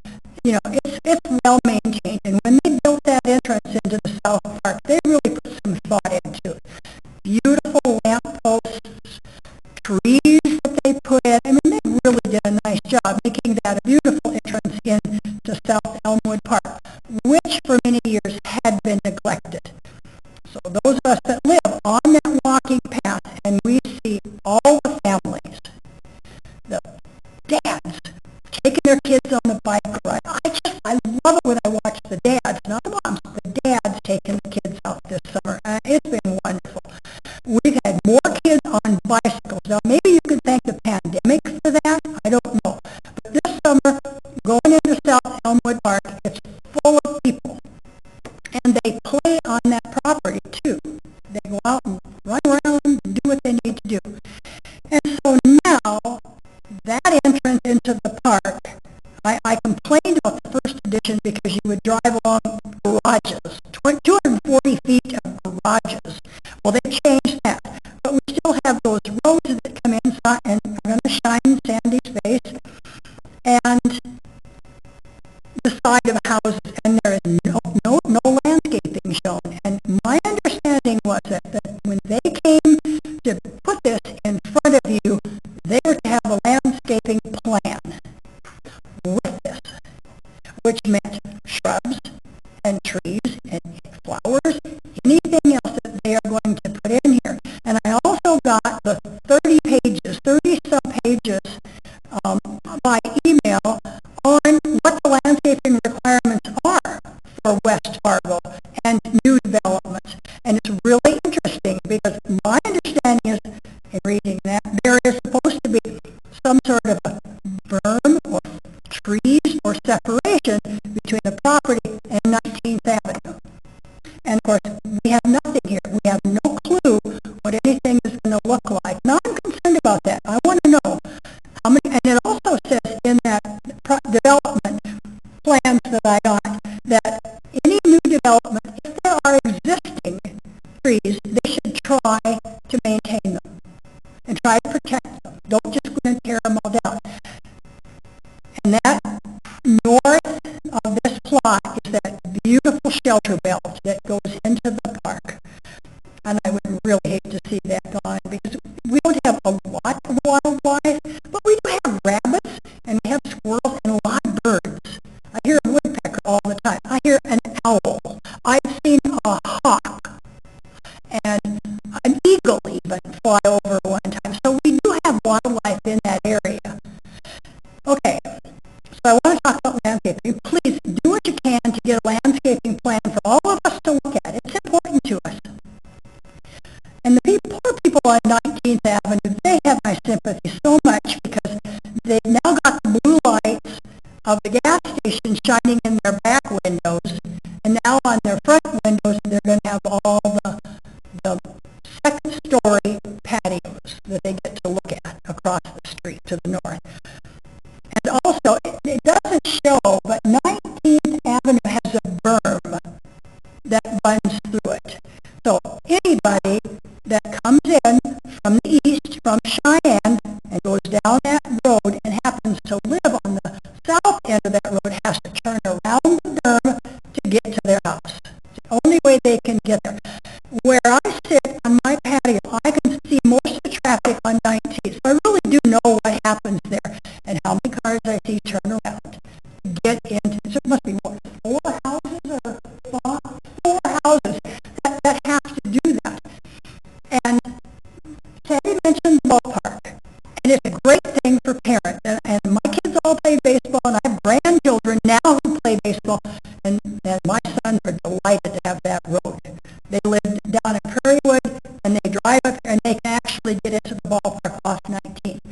But in the morning, in the summer, you have the traffic of the Little League stuff. And then in the evening, from 5 o'clock, 5:30 is the first game, and 7 o'clock is the second game. So you have constant traffic. Nice people, nice traffic. It's not bad. Everybody's polite. They drive slow enough because they know there's a lot of kids in the park. Okay, now you're going to add those 26 units, and most they're rentals. So you're probably going to have 2 people in that house that work. They're going to be younger. Where I am, it's all old people. We have one car. So the 58 units in Elmwood Park that don't get up real early and don't stay up real late, we're not adding a lot of traffic to 19.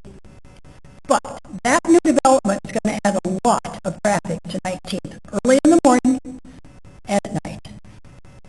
And they're already backed up way past my house, way past. I feel sorry for anybody that's trying to get out of 19th on, on those houses in the south, trying to get on. I've seen people wait in their driveways trying to get out. So, and I know they've done traffic studies on 19th because they've had the little ropes that you drive over, little bingy things. I don't know what the results are, but I'm sure they will tell you that there is a ton of traffic on 19th. And there's a school bus that runs every morning and afternoon in the winter, and some, that stop a little further down, and then they go and kind of stop on the corner. So whatever kids are in that development are going to have a block or two to get to a school bus. And I'm guessing that if those are young people, because they're really the ones that rent. Old people like me, we don't really rent. We buy it. And they're probably going to have kids. They could have teenagers, so now you can add another car to all of that. So I'm just asking you to I realize everybody wants to get this done, and they want to get this, because we've had a lot of meetings over this. Over the last 3 years, I think this is maybe the 5th or 6th time that we've had a meeting, and of course in the fall, or in the spring of the year, we had Zoom meetings, which didn't go the best, because it's Zoom, and a lot of people got it. I did, but I was the only one. The only one, Barb and I and Kim, were the only ones at the 5:30 Zoom meeting. And it's just that people don't understand how to do all that, and it's not your fault, it's the pandemic. But anyway, I'm going to ask you to please really think about it.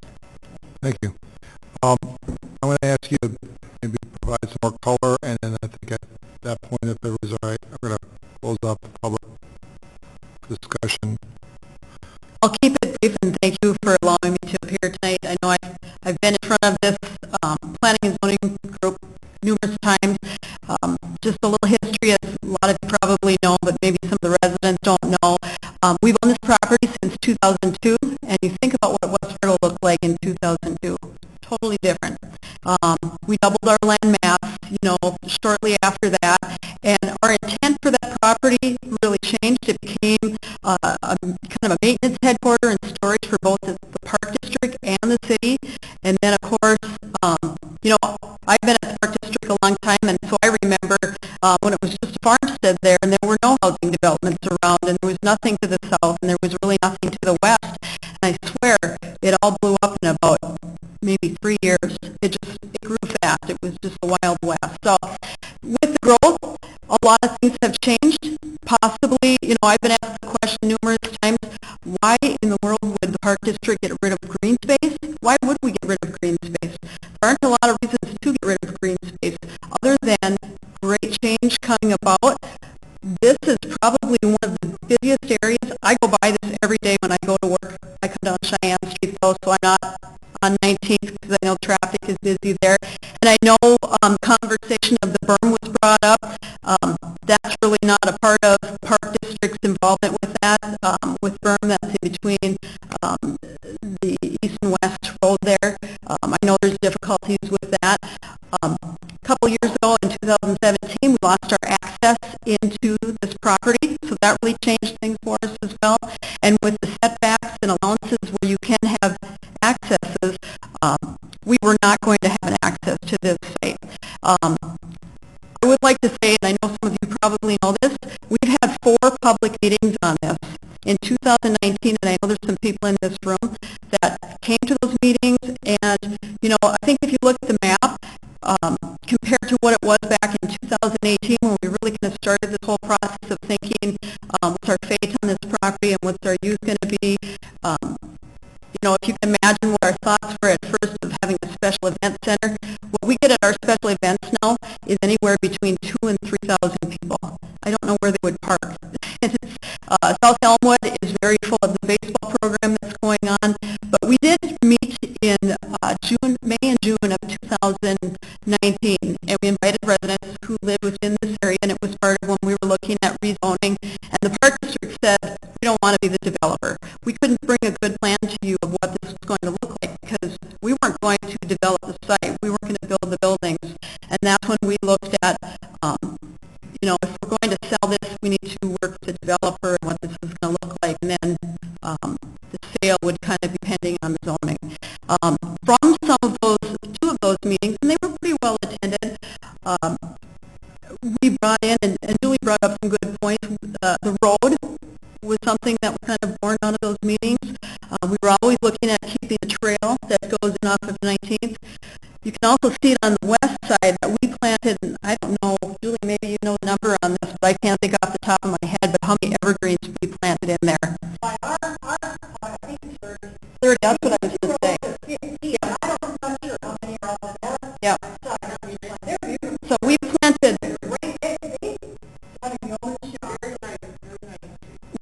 probably over 50 trees because of this, and we know that some of them have orange ribbons on them today because you plant 30 trees and not every tree is probably going to make it. They're under warranty and they're going to get replaced when the weather conditions are a little bit better.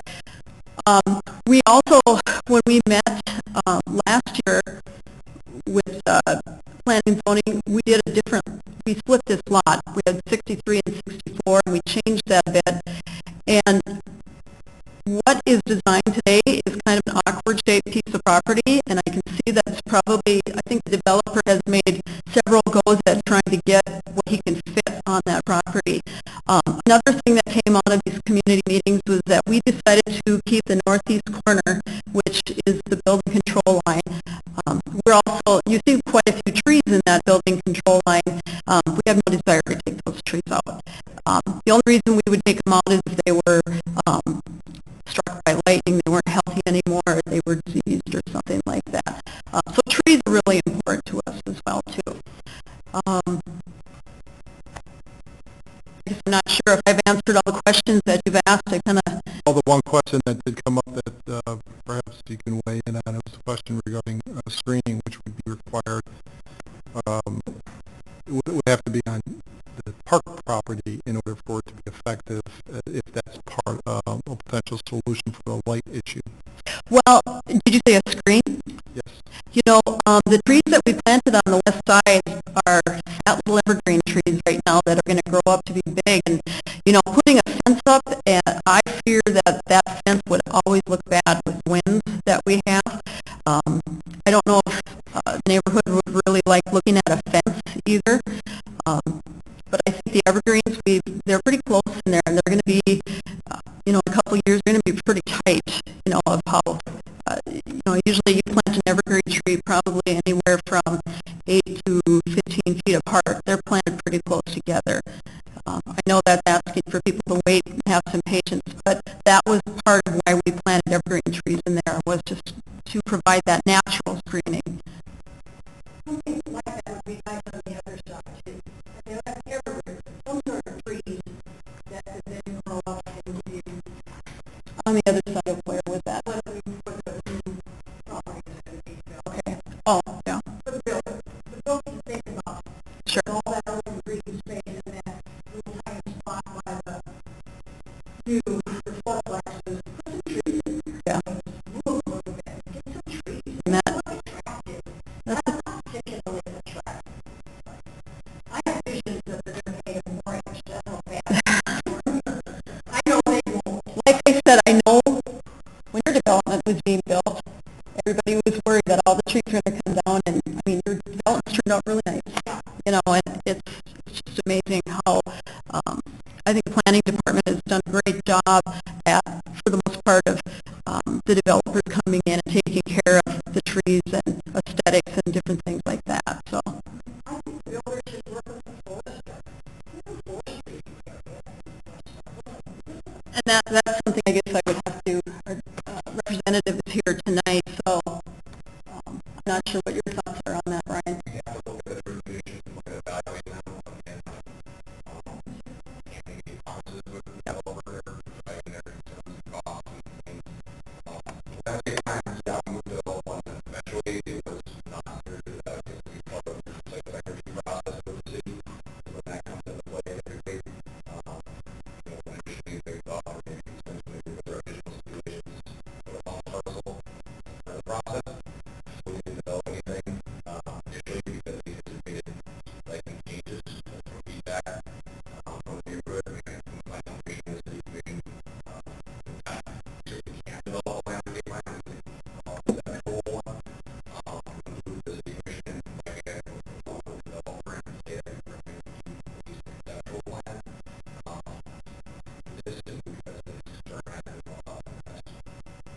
Thank you. What, Everybody knows that it's there, and they all talk about it, and it's been all over Facebook. What's going to happen to that cute little lot? It's a historic part of West Fargo, and you should capitalize on that instead of just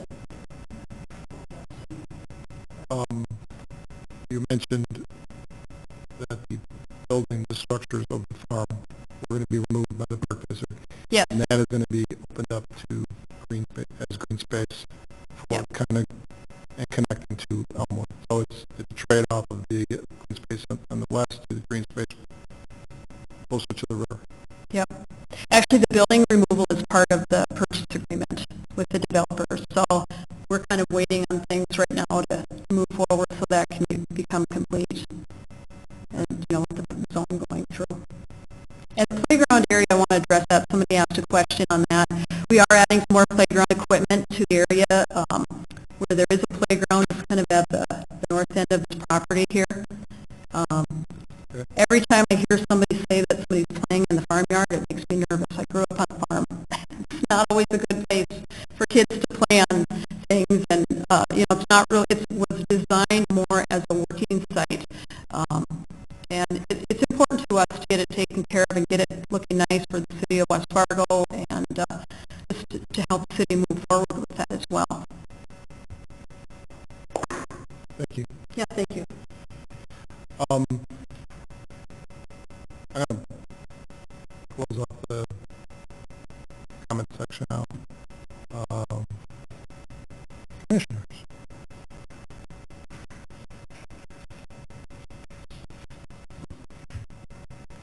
It's my understanding that the ordinance related to PUDs does require that a landscape plan come with this level of detail after the initial approval. We have not always fulfilled that in the meetings that I've been at, but I'm concerned that we don't have a landscape plan. I recall our discussion last when we did approve this, but I voted yes given the conditions, and one of the conditions was that the concerns of the adjacent neighborhood are given due consideration, and that there be meetings with the neighborhood, and we spent time discussing the issue of buffering and landscaping to address the concerns that the neighborhood had about their loss of view and the fact that they would then be having lights and so forth. I think we need to take seriously the concerns of neighbors who know about the traffic in their neighborhood, the problems of school buses and so forth, and roads and so forth. I'm not sure what the benefit is to the neighborhood. I see a loss, and I see some opportunity to preserve some things and to build on some of that, but there is a loss to the neighborhood, and I think whenever we do a PUD, we should look at what are the benefits to the neighborhood, and they should benefit from it, not be punished by a change. So I'm concerned. It makes me sad. It makes me sad. I'm not a native here. I've only lived here a few years, but this is a historic piece. I was hoping that we might come up with something that could satisfy the concerns of the neighborhood, but I don't see that, and I'm sad. And I'm sad that the commission, I hope we don't put dollar signs above the quality of the life of our neighborhoods, of the character of this community, that we preserve it. So I'm concerned. I wish we had more detail. I wish we had a landscape plan. I wish I was seeing the neighborhood concerns about the buffering and the landscaping along that north side for them had been addressed. And I know a fault of the developer, perhaps. I don't know. I think there was an attempt to try to get as many units in there as possible, which means that'd be a problem. So I'm concerned about this.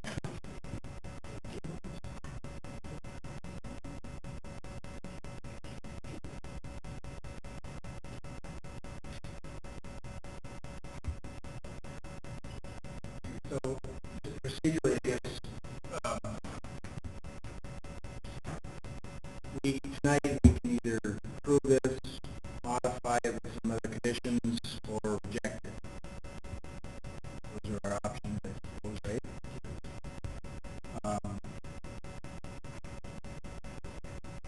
send it back? Can we send it back for further work? Since we don't have a detailed landscape plan? Assuming that would come under the, we would say no.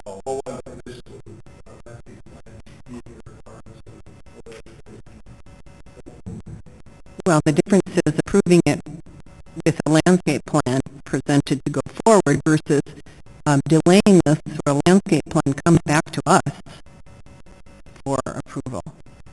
And I would be in favor of that.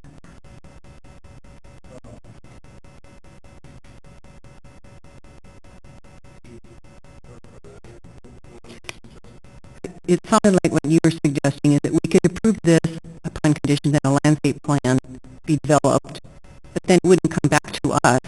I'm saying that I would prefer that we not approve it or we delay it until we see a landscape plan and then act on it.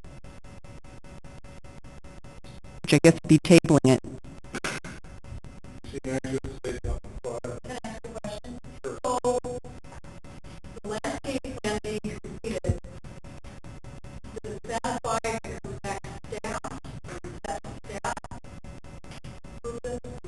The ordinance requires that this commission see the landscape plan before we make a decision on the final.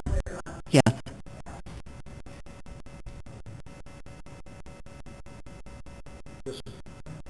Chair, I think if your desire is to have a review of the landscape plan, you may want to narrow down what you're asking them to bring back, because one of the things that you said that we haven't put together kind of quoting the developer. We haven't put together a landscape plan because we didn't know the overall development. And so I think to be fair to the developer, you'd want to say, yeah, we're okay with the general layout, bring us back a landscape plan, so it's clear what you're asking them to do. Because if you just say, bring back a landscape plan, and you don't get clarity that you're comfortable with the development as laid out, it's really hard to design a landscape plan. I'm asking them to follow the ordinance. We already approved the general layout, but with these conditions. And the next step is for them to come back with a full site plan with the landscape plan for our approval. So I don't think we narrow it at this point. We need to see that. So just clarification, my understanding was you approved the initial plan, which had more units on it, Mm-hmm. you reduced the number of units down, and so I think just for clarity, if you're comfortable with the general layout, that would be helpful for them to design a landscape plan, because if they design a landscape plan and then somebody says, well, we want 4 less units, that could fundamentally change with the landscape plan. And so I just, and that might be helpful to, explain in concept if you're okay with the number of units, and then they can come back with a landscape plan. I would suggest that the landscape plan needs to address the issues that we discussed at the meeting in which we made that conditional approval that included concerns of the neighborhood about buffering and so forth. That may mean doing some changing in the location and even the number of the units. Those go hand in hand. So I think it's premature to say, yes, we agree to these units and where they're placed. Now try to put some landscaping in that. They didn't come back with both of those together. I thought they were going to discuss that with the neighborhood. We're going to keep putting a carrot out there month after month after month until suddenly we're 5 years down the road. Barb's still paying for the same park after keeping maintenance that, and nothing changed. And yet the other parks that she's still in charge of are still underfunded because we're. Yeah, I think that's a big extreme. We have to give them some kind of a. Here's what we want to see. Well, last time we said, here's what we want to see, and I don't see it. Landscape detail is not provided, however, we are referencing land use standard which does address setbacks, buffering, and those items separately. And calling out that those requirements must be met. This is an updated plan to what was initially proposed with the effort to address the concerns that were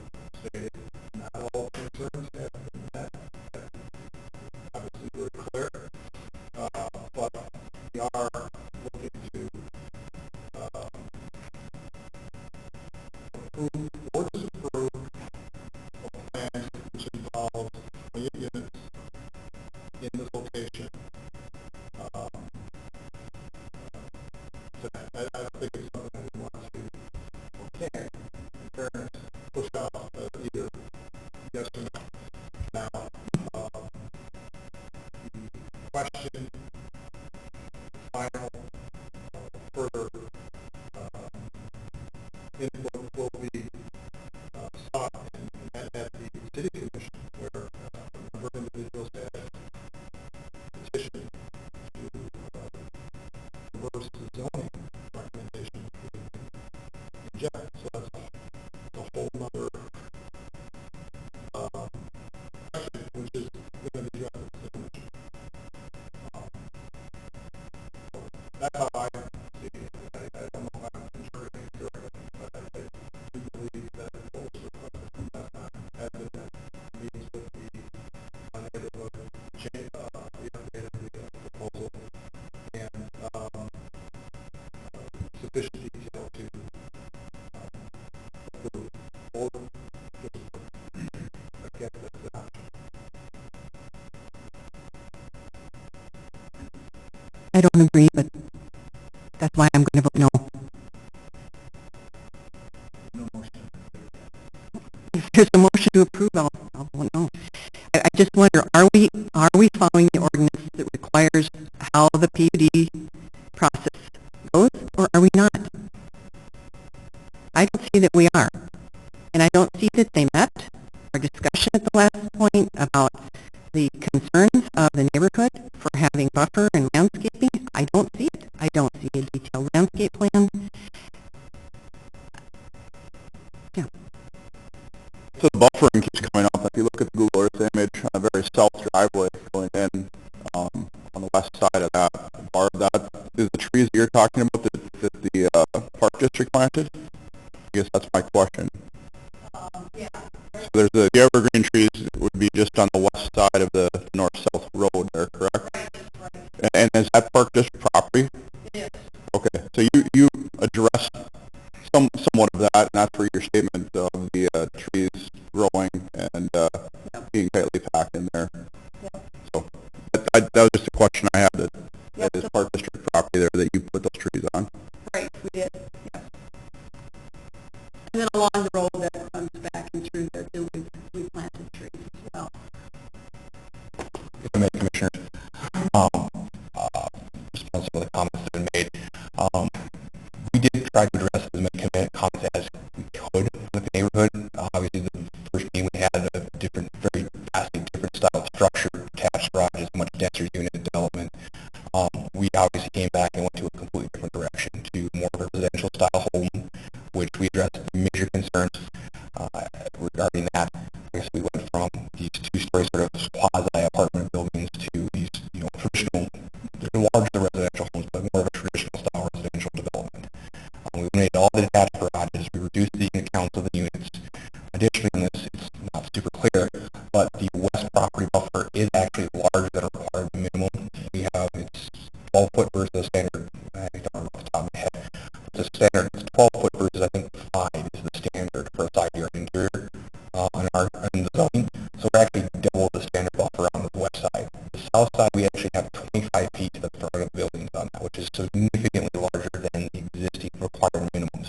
We did take those into account as far as leaving the space there to add the additional buffers and plantings. Again, sometimes these meetings come back and we get a lot more requirements and requests, but we did take that into our planning and layout of the initial development. We've left a lot of room around the buildings. They're much more open development than was previously proposed. As you can see, it's not more of a grid layout that was previously shown. We've opened it up. We've added more green space around the structures, added larger side yards and buffers required. Yes, we're not showing specific planting units, but we've proposed these larger buffer areas and yards to say we're going to add this area that we're not right upon the property line with the bare minimums. We try to address that as best we can and still meet the developers' needs and obviously goals in their project.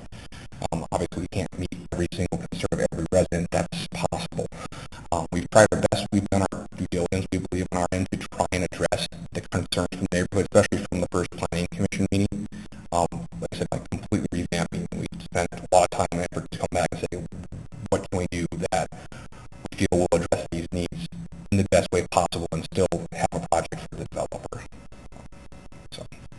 there's any more questions or comments, I'm more than happy to discuss with anyone. So, Thank you.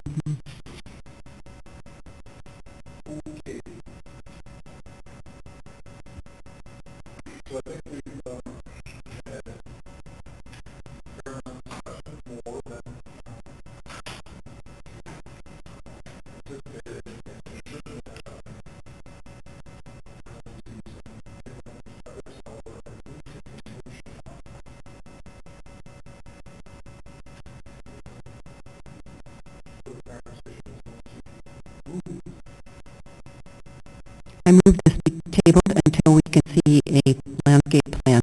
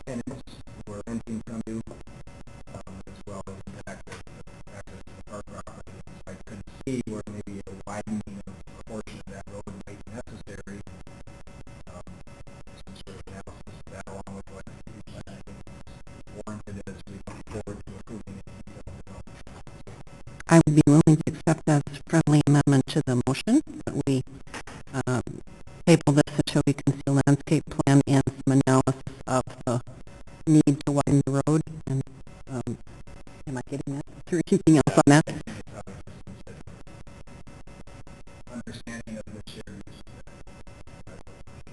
I'm okay with that.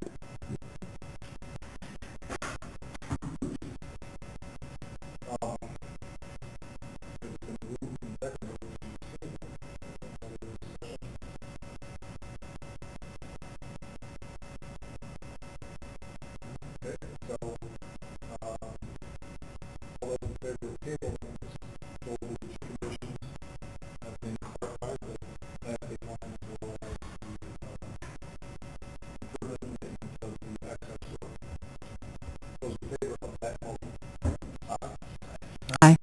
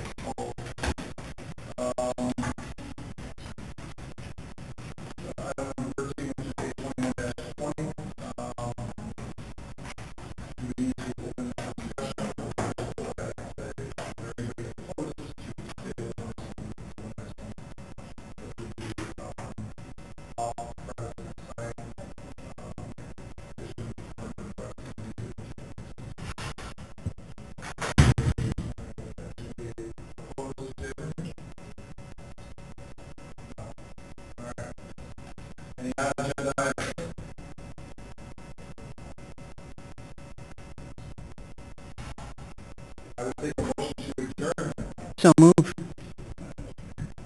Second.